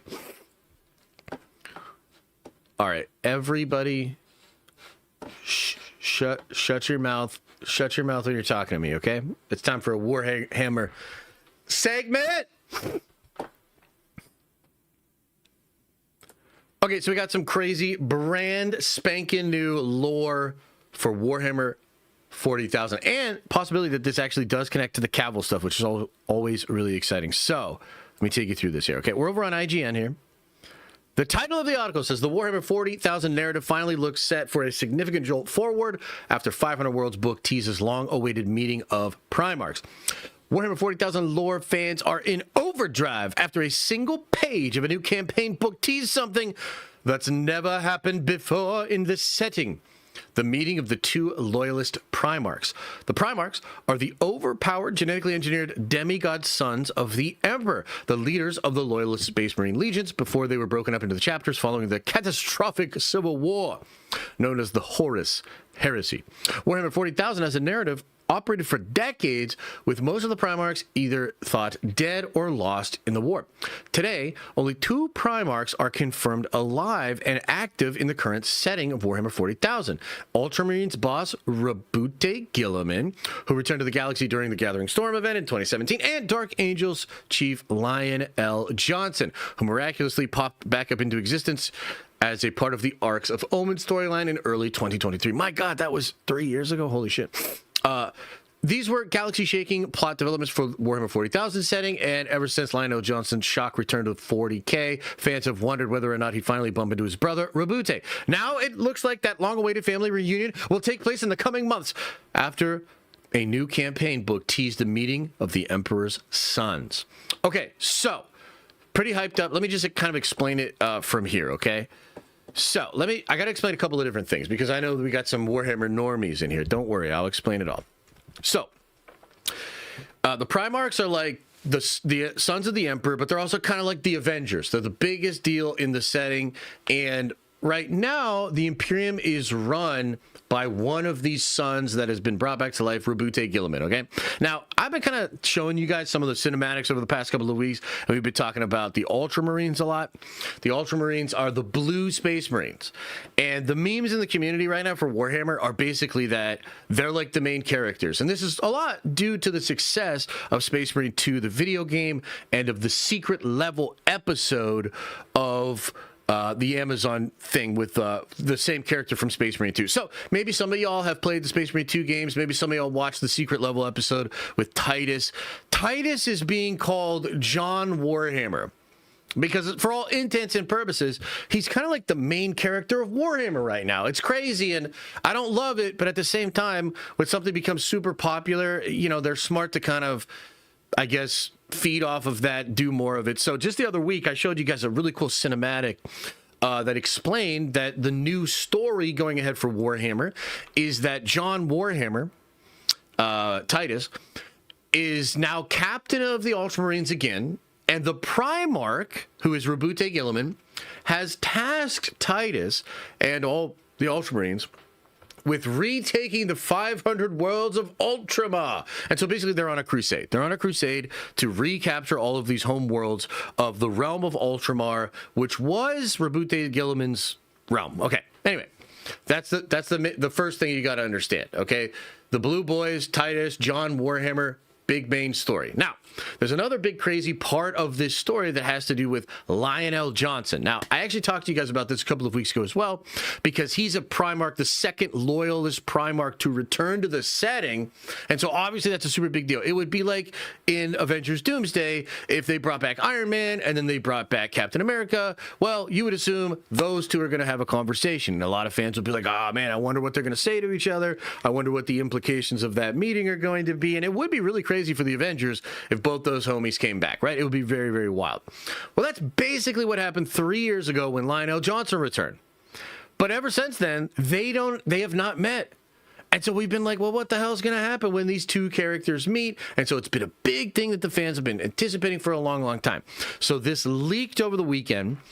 It's a single page at the end of one of these campaign books. All it explains is that the Lion and the Dark Angels are on the way to Ultramar, and a signal is being set ahead of them. And the signal is for Rabute. And it's from his brother, Lionel Johnson. The message is very simple. It just says, brother, we need to talk. Okay? Fans are freaking the fuck out about this, okay? And not only because, like, oh, man, what could happen and everything like that, but it's obviously a big thing that's going to push this setting forward. The question from this little tease is, what does that mean, brother? We need to talk. So there's a couple of different things that could be going on here. Let me look at my notes. So, first thing that I would say here, because like I'm a Dark Angels player. I'm actually like a fanboy of the Dark Angels, and I love Lionel Johnson. I think the first thing that L. Johnson could want to talk to Rabute Gilliman about is the vision he had in his Primarch novel, his Return novel. There's something weird about the Lion in here. I'll pull this image up for you right here. This is from the what is it? The Total War game? Or no, it's Dawn of War 4, which does have Lionel Johnson as a playable character in that campaign, which we did talk about a little bit here. But this shield right here that Lionel Johnson has, that's not just any shield. That is a relic of the Emperor himself. And Lionel Johnson actually goes into the warp to retrieve this shield. He has to fight this like grail, this like entity in the warp to get it, and then he gets the shield. And this shield is so powerful that he's able to defeat Angron, a demon Primarch, one of his brothers actually, and send him back to the warp. And like, it's just this really badass mystical thing that's going on with Lionel Johnson. Okay, but here's the thing: in the middle of that book, he has a vision, and it seems like the vision is from the Emperor himself. And in fact, the Emperor gets pissed because Lionel Johnson doesn't seem to understand what the message is, what the vision is. But a lot of people think this has to do with something really important for the Imperium, possibly bringing the Emperor back to life, getting him off the Golden Throne or something like that. So that's the first thing that could be going on. The second thing that the Lion could want to talk to Gilliman about is Vashtor and Abaddon. Abaddon is like the big bad of the setting right now. 10,000 years ago in 30K, it was Horus. Horus was the big bad. He was the guy that started the Horus Heresy and got all of the traitors together and almost killed the Emperor. He kills Sanguinius. It's real bad. But in the wake of that, his second in command, I think it was a first lieutenant, Abaddon becomes the big bad. He's now like the champion of the Ruminous powers. He's incredibly gassed up on chaos power, and he's like the main bad guy. He actually has a whole thing that happens with Lionel Johnson and this other being known as Vashtor, and they're trying to like basically destroy the Imperium once and for all. And I think that could also be something that's going on that the Lion would want to talk to Gilliman about. But here's the other thing, and this is really what I think it is, and this would be so badass for the setting. I personally think Lionel Johnson is going to tell Rabute that they need to bring the legions back. Okay? So this is going to take a little bit of explaining. I'll try to TLDR it for you if you don't fully understand Warhammer. Back in the day, all the Space Marine chapters were led by their Primarchs, and they were known as legions. And you could have basically unlimited amount of soldiers. Dude, some of them, like the Dark Angels, had like 300 to 500,000 Space Marines at one time. Same with the Ultramarines. Massive chapters. A lot of firepower, very, very powerful armies. After the Civil War, Rabute Gilliman decides we can't do that anymore because Horus was in charge of all of these Space Marines, and there was way too many of them in each army. So every army he turned, it was just too much firepower to have against us, okay? But things have changed. A lot of bad shit has happened. The Imperium's in shambles. I think the Lion wants the legions to return, and I actually think Rabute will agree with him and want the legions to return as well. Okay? So that's just kind of like some cool lore. We're going to see how it all plays out. It's exciting because by connecting Lionel Johnson to the 500 Worlds campaigns, you see GW's thoughts and their kind of plan here, because they're like, look, Space Marine 2 is the most popular thing we've had in a long time. It brought a lot of people to the hobby. So we're going to use those characters. We're going to continue telling that story. And now by bringing the Lion into that story as well, you're taking like all the popular shit and putting it together. And I think that's intentional, and I think that narrative's going to be a big, big deal. Now, how does this connect to the Cavill stuff? Okay. Right now, we believe the Cavill show, which, by the way, the Cavill thing is supposed to have shows and movies. He wants to do shows, but then he also wants to do movies. And I would imagine the shows are like an appetizer or an introduction, and the movies would be like massive, right? But right now, it seems like the show will either be in the era of Ruin or in the Scouring. Basically, like right after the Emperor dies and is put on the Golden Throne, or maybe right before it, or like that time period. It's not going to tell the whole story of the Horus Heresy and the Civil War. It's going to take place after that, okay? But what I think is really cool is how the story of the Scouring will be connected to what is happening in the lore right now. This whole meeting between these two Primarchs, the whole reason that there's tension between these Primarchs, and the reason that their fans are like really anticipating what will happen here, is because Gilliman basically starts like at the Scouring. He starts like planning and putting things into motion and taking a ton of power and leaving his brothers and the other Primarchs and the other Space Marines in an awkward position where they sort of lose power in the coming Imperium. And even Gilliman himself and some of the other novels has like speculated that maybe that was a bad decision. Maybe ending the Legions was a bad choice, because the Chaos Marines don't play by those rules. They can just make as many as they want, right? So I think if you look at GW and you take like a couple of steps back and you understand that like they've had this deal with Cavill for years now. It's been 3-4 years since they signed the deal.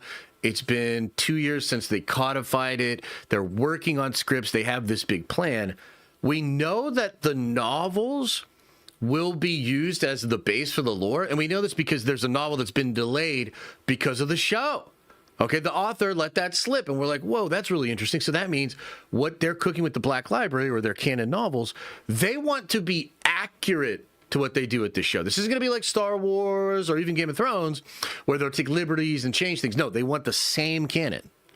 What's really interesting about that is when I saw the game and then bringing the lion in, and I was like, oh man, this is really interesting. I think the game itself, and I think what they're doing with 500 Worlds, I think all of this has the same logic, where they're trying to build and set something up that all feels cohesive and a part of the same world. So you just get a little bit more of the story here, a little bit more of the story here, a little bit more of the story here.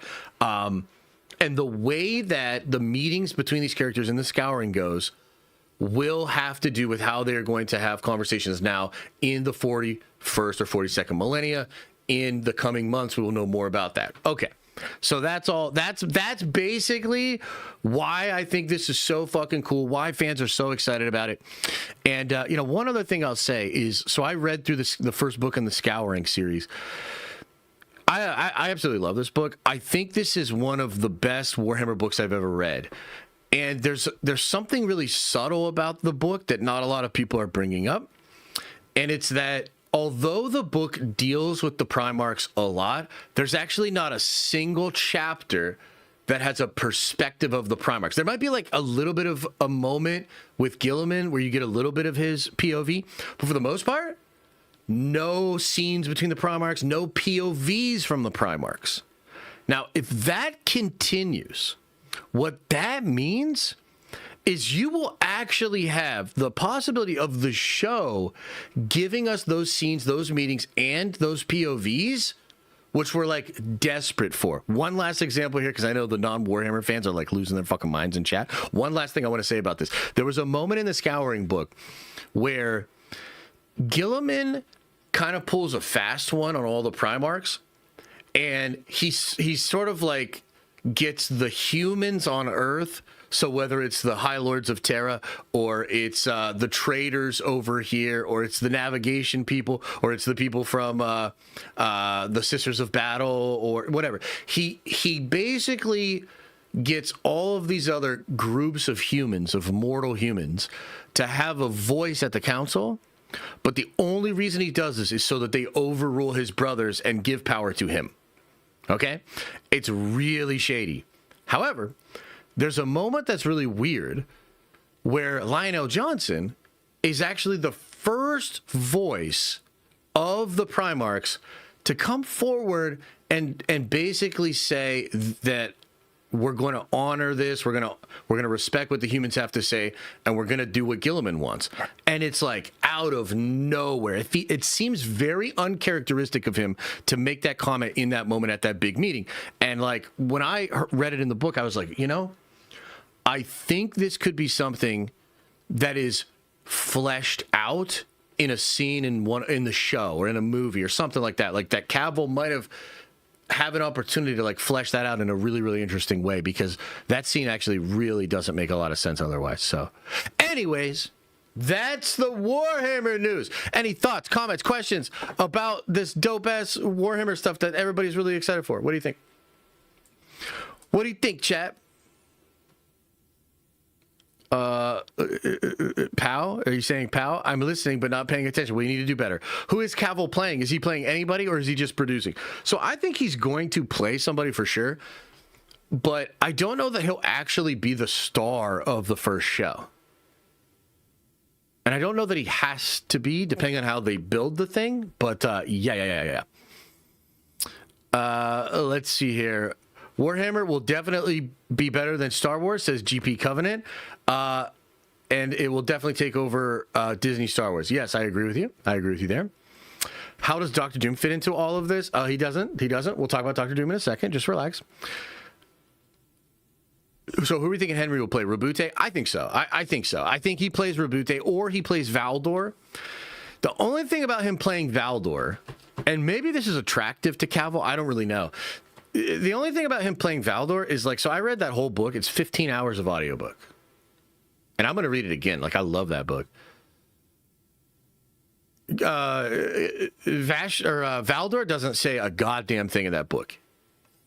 He doesn't actually speak at all.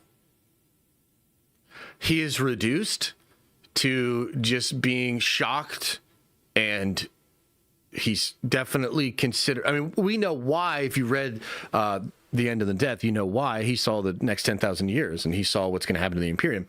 But he is like, he doesn't say a single fucking thing. He is just shook the whole book.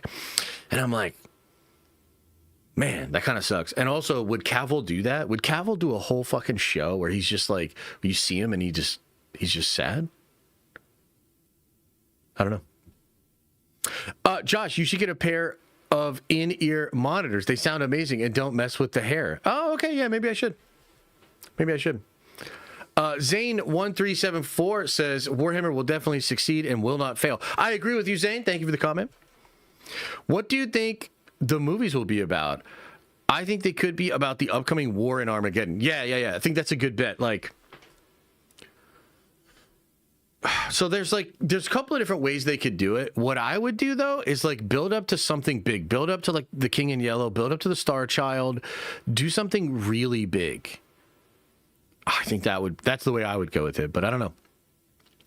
Play me in Warhammer, Josh? Yeah, what army? What do you play?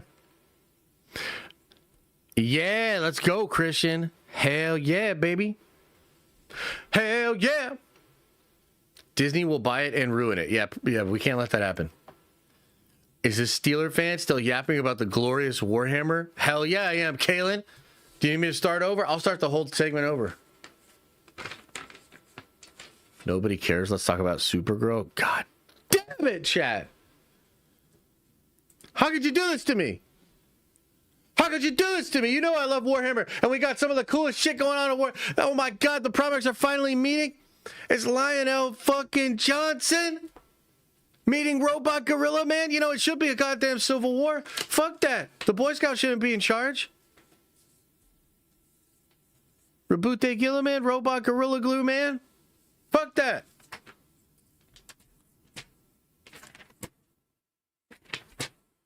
All right, any other comments, questions? Or should we just move on to some Doomsday shit?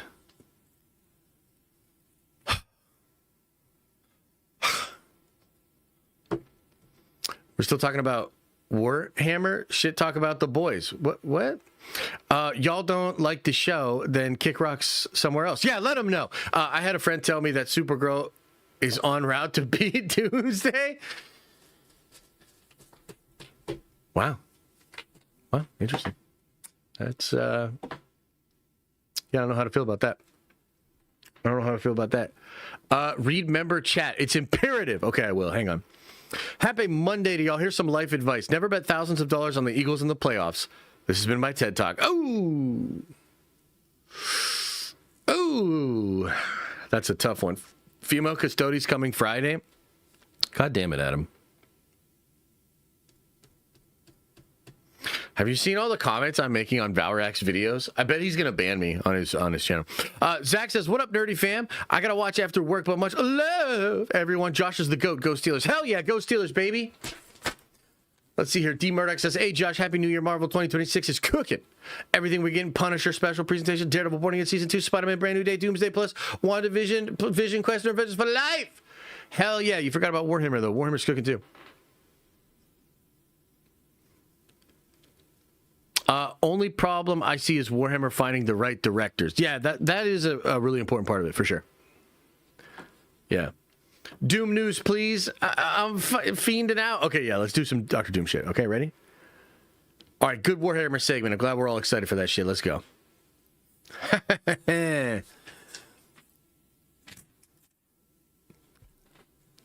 Yeah. I know, you guys are sad. I know. Don't worry, we'll do more Warhammer talk. Don't worry. Be happy. Don't worry. Be happy now. Okay.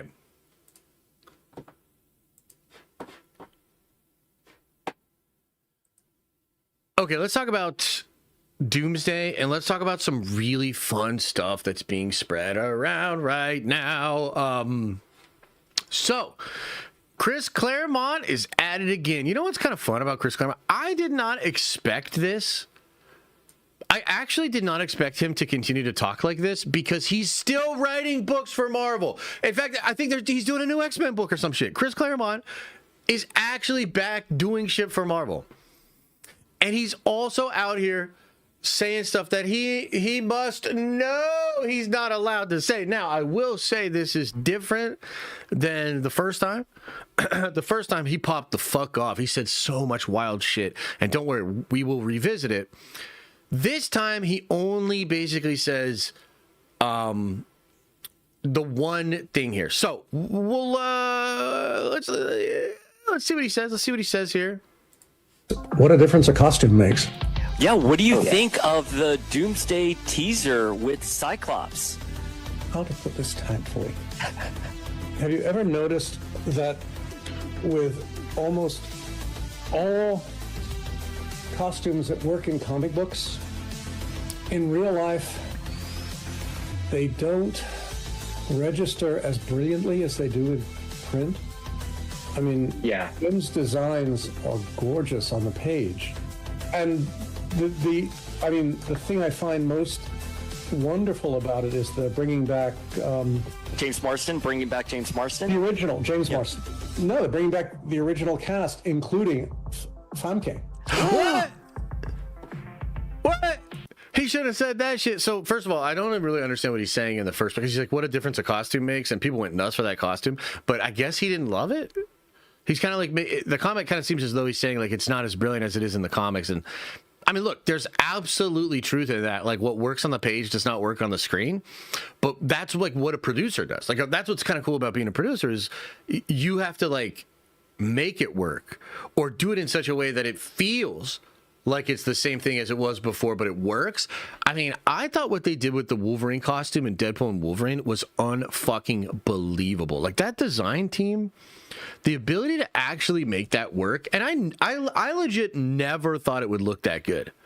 We've seen fan films try to do it. You've seen people like Boss Logic, make renditions of it and whatnot.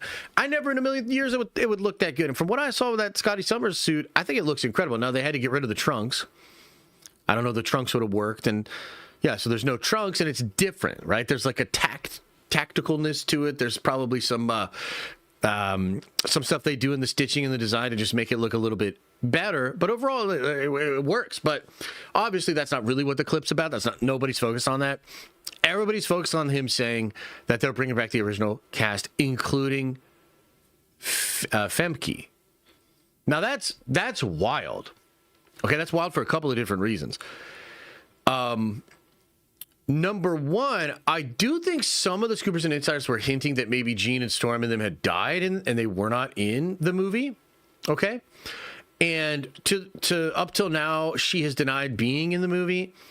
And I think it's probably the case that she's not currently in the film, but I don't know that for sure, right? It could be the case that she was in the film, that they're hiding her, right? Because she's not in the chairs. It's not a big deal that she's back. She's obviously not doing interviews saying she's back. She's very much on the outside looking in.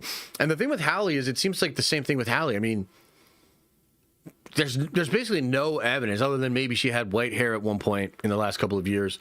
There's basically no evidence that Halle Berry is in this movie, okay? But I don't think that he's making it up. Like, Chris Claremont is way too connected to just be making this shit up. And he's gotten stuff right in the past. He's talked about stuff before and it ended up happening. So I think it's probably the case that Jean is in the movie. Now, a couple of different things about this. Now, if Jean is in the movie, she's probably barely in it. Maybe she dies relatively early on in the movie, or maybe she's like not in the film and then all of a sudden she shows up and it's like a cool little thing. I'm speculating on that. Like, technically she could be a thing and it's just one of the big surprises that they're hiding from this thing. But the reason I'm saying that is we know Doomsday's about to do a ton of photography, like a ton of photography. By the way, just a little bit of a tease for like a big video that I have coming out. I wanted to bring this up here. This is in response to like a clip from the John Campea show that made me want to do like a whole big video. So I have a whole big video coming out about Campea's thoughts on Doomsday and the thing with Downey being Iron Man and also being Victor Von Doom. But this is really important here. So this is something that viewer Anon, who is very reliable, recently said. He said, how could anyone know this about a movie that's rewritten all through production and still has a decent chunk of filming left to complete? And that's something I brought up too when Campea first started making his comments about this sort of stuff. I'm like, brother, they're about to do a shit ton of additional photography. They're about to cut a shit ton of stuff from this movie. They're rewriting it right now. You do not know what the Doomsday movie is. You might know a lot, but you do not know the whole movie, which is what he claimed to know, right?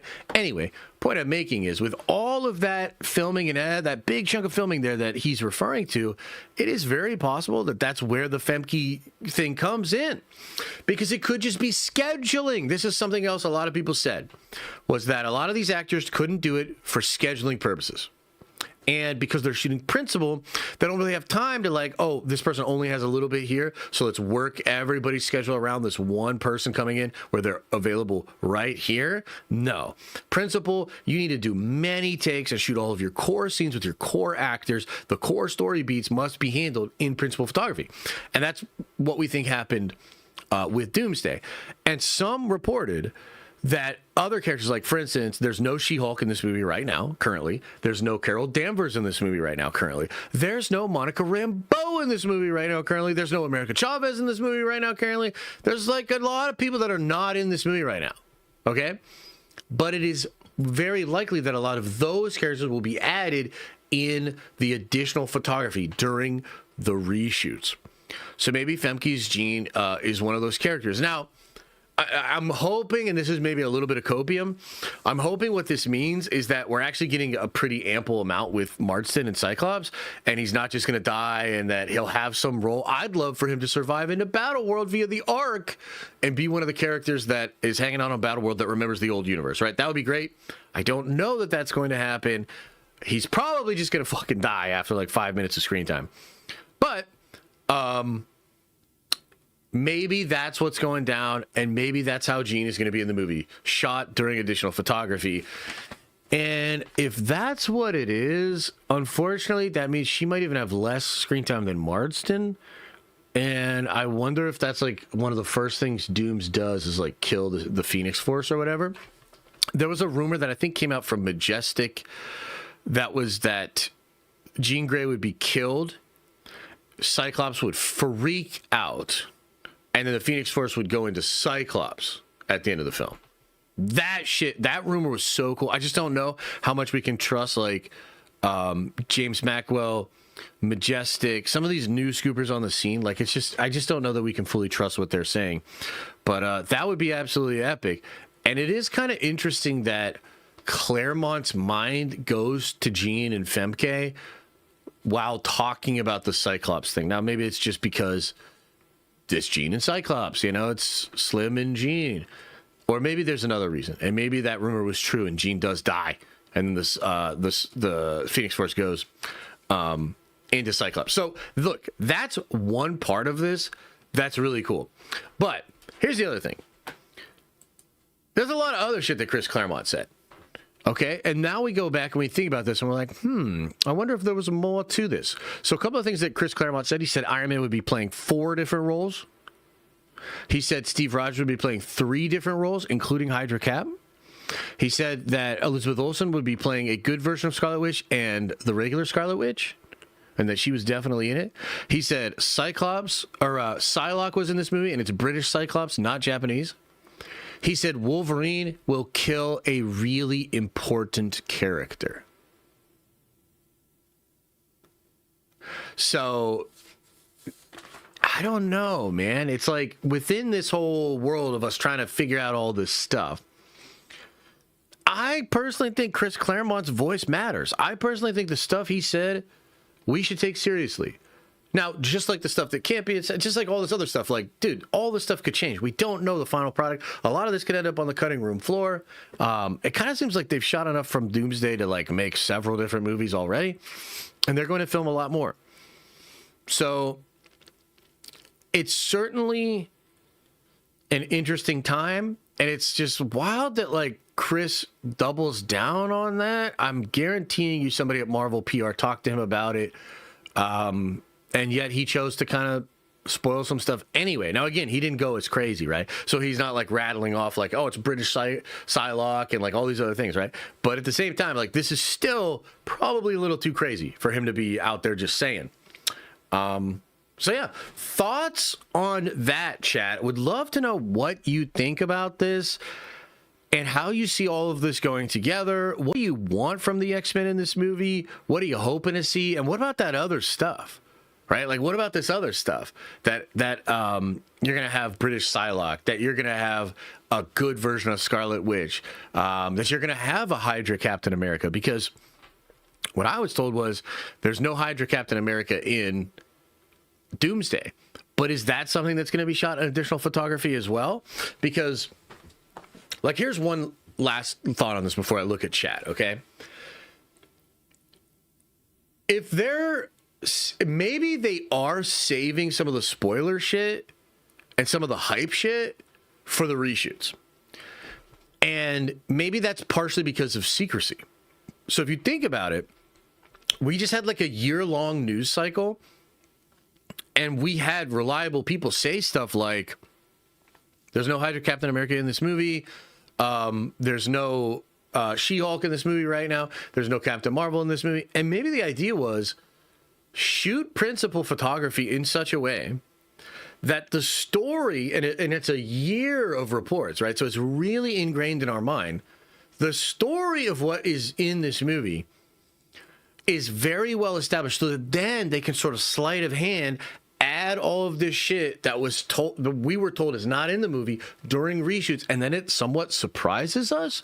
That is a strong possibility. And to take that a step further, and I'll get more into this in the video I'm going to make about, you know, campiest thoughts on Doom and this idea that maybe Doom and Tony have nothing to do with each other, right?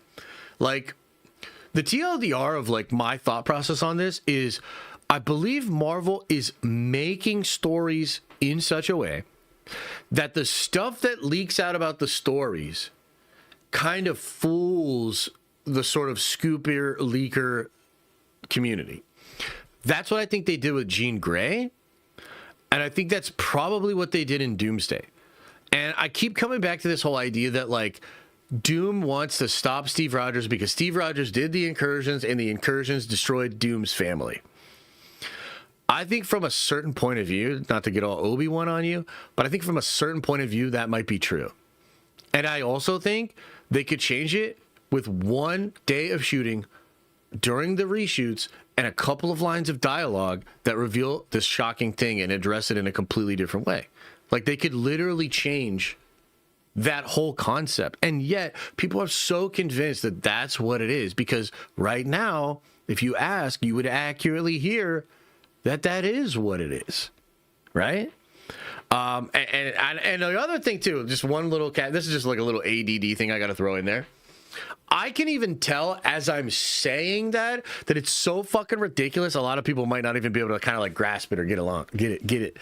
And that's also a part of hiding the truth. You want to make it so confusing to people that, like, I have a hard time explaining it to somebody that's just like, hey, explain to me how Sadie Sink could be Jean Grey if all these people that have been so accurate said she's not.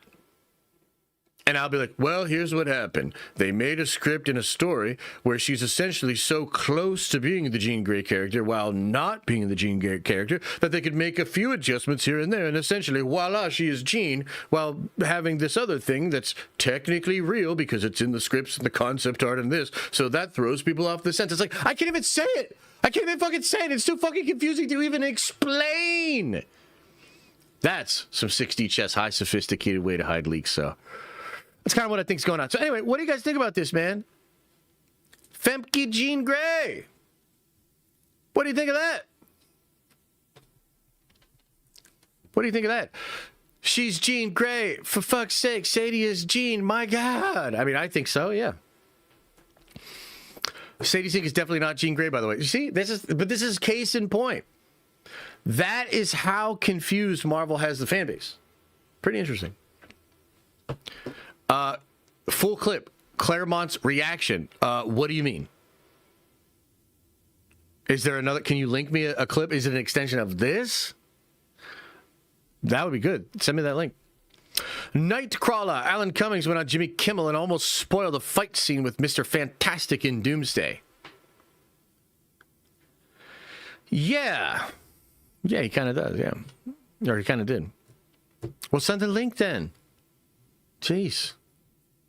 Plot twist. Wolverine kills Professor X. He's used to dying. For real, though, it's probably just Scarlet Witch. Yeah, it could be, yeah.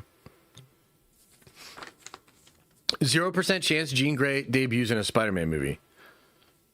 Yeah, I understand the logic of that, but from where I'm coming from, it's like you almost feel like you're a studio plant.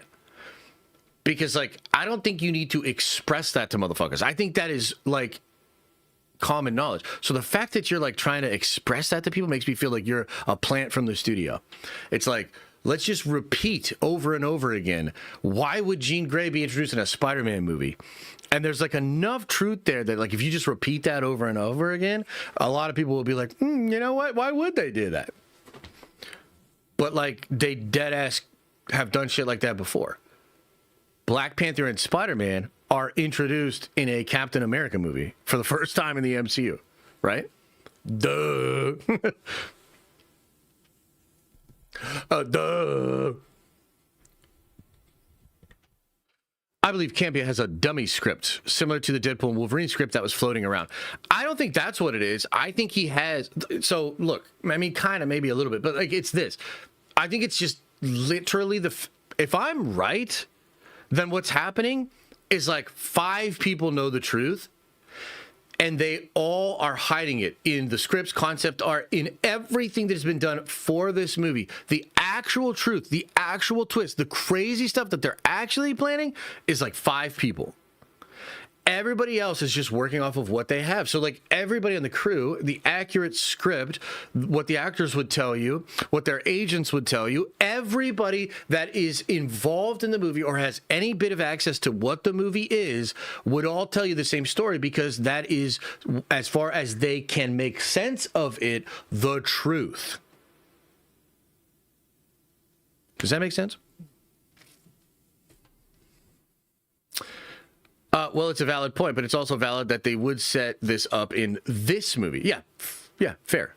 Because this movie is like sets him in for Secret Wars and all that, yeah.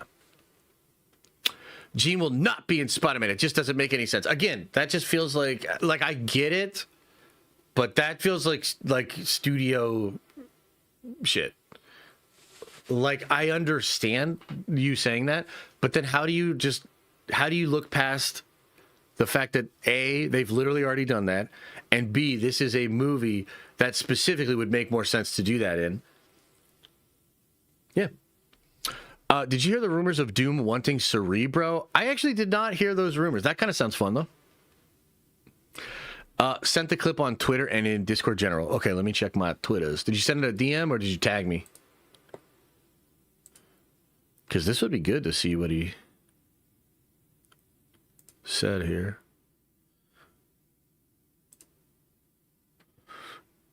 Okay. No, they're bringing back the original cast, including Famke. Oh, wait. No, not Famke? No, it is. It's just she's not confirmed. Oh, sorry. That's why something went. It's not Famke. The joke of this being at the premiere of X-Men, the movie. So we're out on Governor's Island, and at the end of the movie, you know, aside from the moment where I went absolutely fan punk, was where you've got Wolverine and I feel like he's trying to recover in this moment, and he's kind of thinking like, dude, is that PR person gonna call me again? Fuck. Wolverine and Rogue in a car, and they're driving along, and she's looking at him, and he's driving, and she looks at his hand, and she said, "Does it hurt?" And he looks at her, and he looks at the hand, and he looks straight ahead, and he looks at the hand, and he just said, "Every time." And I just jumped to my feet. Yeah, it's a cool one. Yes. And what a moment. Beth said, "You sit down and shut up," because that was my moment, my line, my whatever you want to call it. And as we're leaving the theater, Famke comes up to me and says, "You're going to write one for me, right?" And I said, "Yeah, you betcha, absolutely. That's cool. Give me a pen, give me a pencil." And of course, within a spitball of time, the whole relationship of Marvel to Marvel films went up in smoke. Yeah, talking about the creative committee. Possible, because Kevin became head of the film department. The rest, as they say, is history. And everything else just went, because. All right, I don't know that there's too much context here he's going to add. At that point, by the time the dust settled, the X-Men was part of the Fox reality. And Kevin was running Marvel Studios, which had everything else, where, well, okay, we'll try Iron Man starring that guy. And if you've seen online, they've been broadcasting Robert Downey Jr.'s audition. And if you watch it, it's like, holy. Yeah, he killed it. And that's, when they said, okay, we'll take him. But then if you read the little squib that went with it, they got him at absolute minimum. Oh, yeah. It's history at that point. It was $500,000. Yeah, and then $1 million out of Terrence Howard's salary went to just cover the insurance for Downey, which is pretty crazy. But his agent, of course, first of all, it's a one-picture deal, and he gets some points on the back end. But the fact that it was a one-picture deal made it so when they went to renegotiate, he had all the leverage, which is pretty crazy. But yeah, I don't think he's going to give us too much more on that. I think, just to look at his reaction to that, he looked a bit to me like he knew he'd fucked up a little bit. He was kind of trying to catch... Yeah, he's probably thinking to himself, wasn't she on one of the chairs? Oh my God, did I fuck up or something like that? And that other dude in the upper right was so pumped because he knows he's got a big viral clip, which is pretty cool. Did I miss something, or is there more to it, guys, in that thing? Did you hear the rumor? Oh, no. Send me the rumors of the Cerebro thing. Where's that coming from?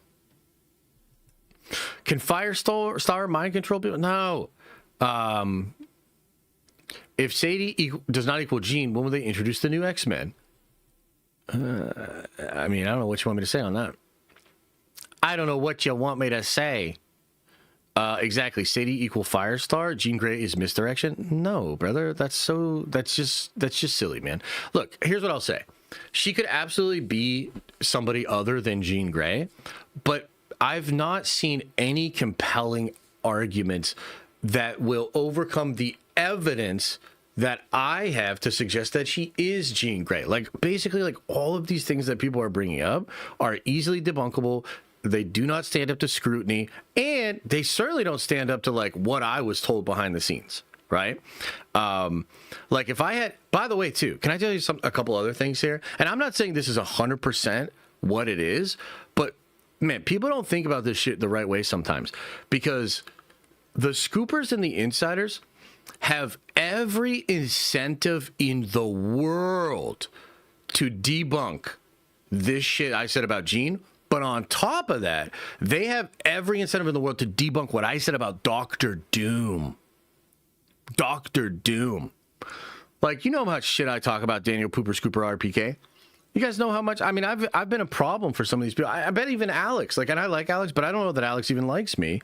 Guys, these guys and gals, if there are, yeah, I think there's some gals, they have every incentive in the world to debunk me publicly on their platforms in a big, big way.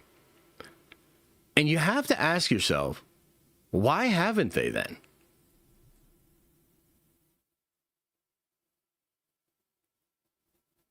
Like, it's a pretty simple question. Why haven't they?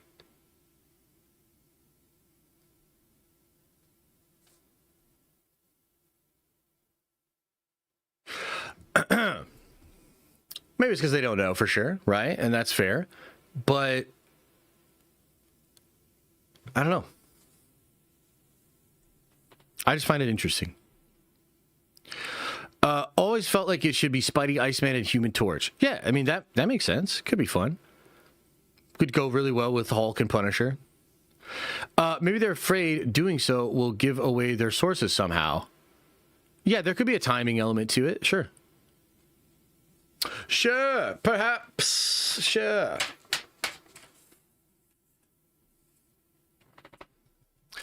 Sadie is Jean, but Jean is Gaia. Oh, shit. Now you're cooking. Now you're really cooking. Get me the fuck out of this section. All right, I think that's all the topics. I think we had a big old glorious show today, ladies and gentlemen. Cerebro rumor is Doom needs to find Loki. How the fuck does that make any fucking sense at all, in any fucking way at all?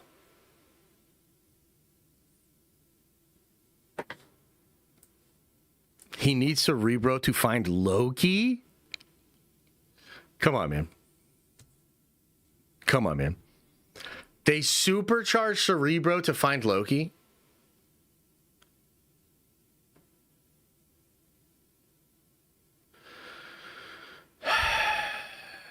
Yeah.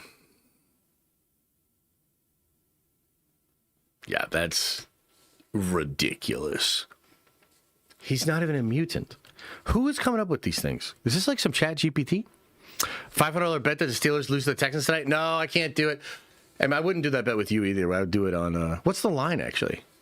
Not that I'm going to do it, but if I did, I would do it through proper betting. Could we see Robert Downey Jr. play Dr. Doom with a Tony Stark, Iron Man variant in Doomsday or Secret Wars? What? What is that question? I mean, yeah, I think he's going to play Iron Man again as well, if that's what you're getting at. If that's what you're asking. I think that's going to happen. Rig of Ma says, any thoughts on the claim Cruz did not reach a deal to appear as Superior Iron Man? Would that affect the reveal if Downey still plays Iron Man? Would that affect the reveal if Downey still plays Iron Man? Any thoughts on the claims that Cruz did not reach a deal to appear as Superior Iron Man? I don't know what you mean by that. I think it's probably going to be RDJ. From what I heard, Tom Cruise was interested. I heard Marvel was interested, but I also heard that the deal just couldn't work out. That Cruz maybe wanted a little bit too much of control, and Marvel Studios was not willing to give that to him. So I don't know what that means exactly. Does that mean there was some big long-range plan that was blown up? Is it possible he still cameos? Maybe. But I think you're probably going to get Tony Stark, RDJ Tony Stark in Doomsday.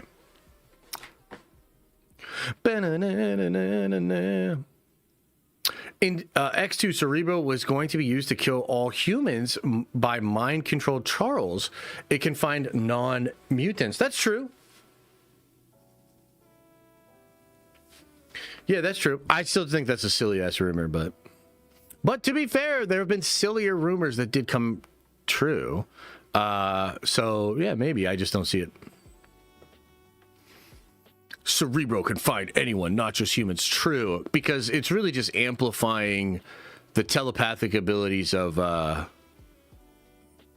Charles. So, yeah.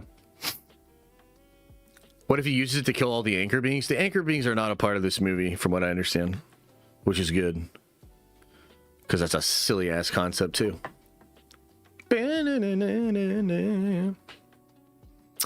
Parker Thwips, appreciate you, brother. Says, yo, thanks for navigating the internet for my nerdy news so I don't have to. 38 months, baby. Yeah, appreciate it, man. Thank you. Yeah, we're just trying to do my thing up here, and I don't think I'm always right, but I think more often than not, we are somewhat of a voice of reason. There's a lot of goobly glob out there. I don't know, man. I can't tell if it's just like people just letting their imagination get the best of them. I know that game. I get super hyped up about stuff.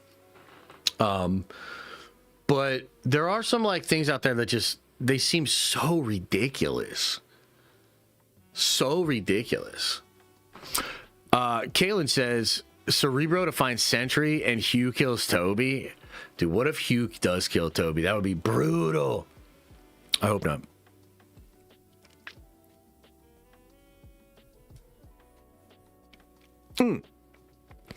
What if MOM was a demonstration of using dead multiversal characters? Scarlet Witch called Strange a hypocrite for the dark arts method of controlling dead bodies. Doom could do the same. Yeah, something like that could be interesting. I think MOM certainly has more significance than we think. I just don't know exactly what that significance is. So the X-Men universe seems like it's a version of the Fox X-Men timeline, but like one that worked out better. But 838 seems like a version of 616. 828 does not. So does that mean 828 is like its own, like is it branching off of its own tree? And 838 is branching off of the same tree as 616? I'm not really sure. But yeah, I think there could be something about that. What do I think the coolest fight in Doomsday could be? Well, it kind of seems like Doom's going to be just shit-kicking everybody, and so that's going to be kind of interesting to see. Fighting some really, really powerful beings would be great. You know, there's this moment but it's in Secret Wars, where T'Challa turns Doom into ice, and then Namor throws his trident and shatters it. But then Doom just like reforms himself and just makes himself back because he's a god. So I wouldn't mind seeing some fucking absolutely wild shit like that. Yeah, if we get a spine rip, maybe he kicks Thanos' ass. Him fighting Magneto could be really, really cool. Yeah. Yeah. I think someone said Doom could be Tony Stark's arm dealer, Nick, name, and that's why Doom barely just surviving a snap in his timeline. What? Oh, man. That's a pretty wild one. So you are sure RDJ plays the real Doom and that Tony was never Tony and they will retcon Tony? Because that what makes the most sense. I'm not 100% sure, but that's what I think it is, yeah. That's what I think it is, yeah. What if Toby, Andrew, Spider-Man reunite with Kirsten Dunst, Mary Jane, and Emma Stone's? Oh my God. Gwen, including... What? My God. That would be kind of cool, but that's a lot. Yeah, that'd be kind of cool. I want all the action figures. Yeah, me too. I mean, imagine if they do Phoenix Force Cyclops, right? That would be epic as shit. Maybe Toby will get an upgraded suit. That could be really interesting. Thor with the Odin Force could be dope. Yeah. A lot of fun, exciting variant possibilities. What if there's a Wolverine Captain America? A Captain America that became Werewolf by Night? What if we get a Bucky Barnes Captain America? You know?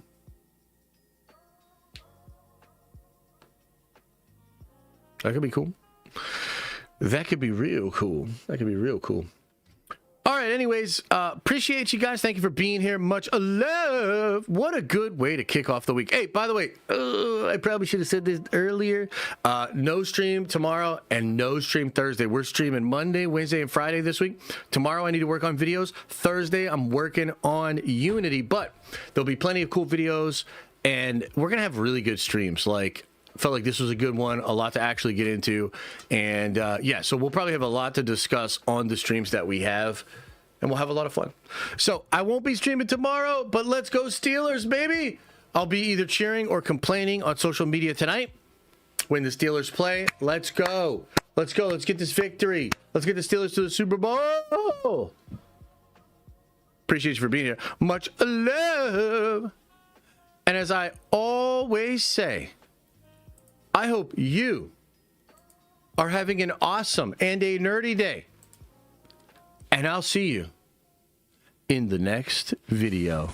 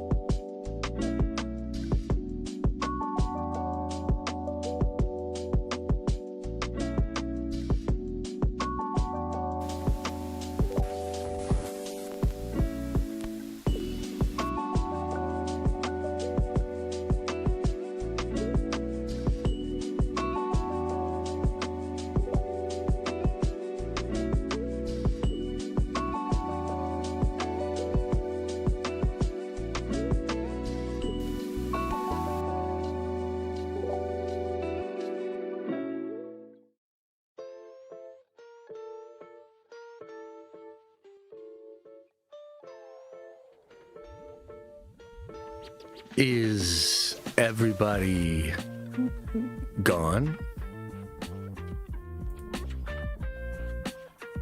Did everybody leave?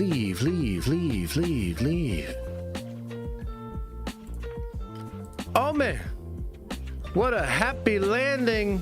What a great way to start the week. Get you excited, get you filled in on all the news, the speculation. And then we got a Steelers game tonight. Oh, shit. I'm so excited. I'm so excited. But maybe I'll be real mad. We'll see. I'd be so fucking mad. I bought this whole goddamn jersey, $130 goddamn dollars. And old ass Aaron A-Rod Rodgers gonna fuck it up and leave the Steelers. And I had this goddamn jersey for one game. I can't fucking believe. But no, it can't be. But no. What if we win? What if we get the dub?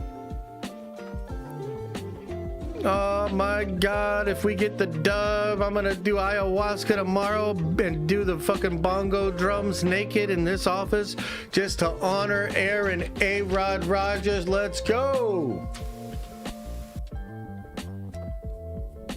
Hell yeah. All right, I'm get on out of here. Hey, do me a favor. Actually, make it 2. Open up your third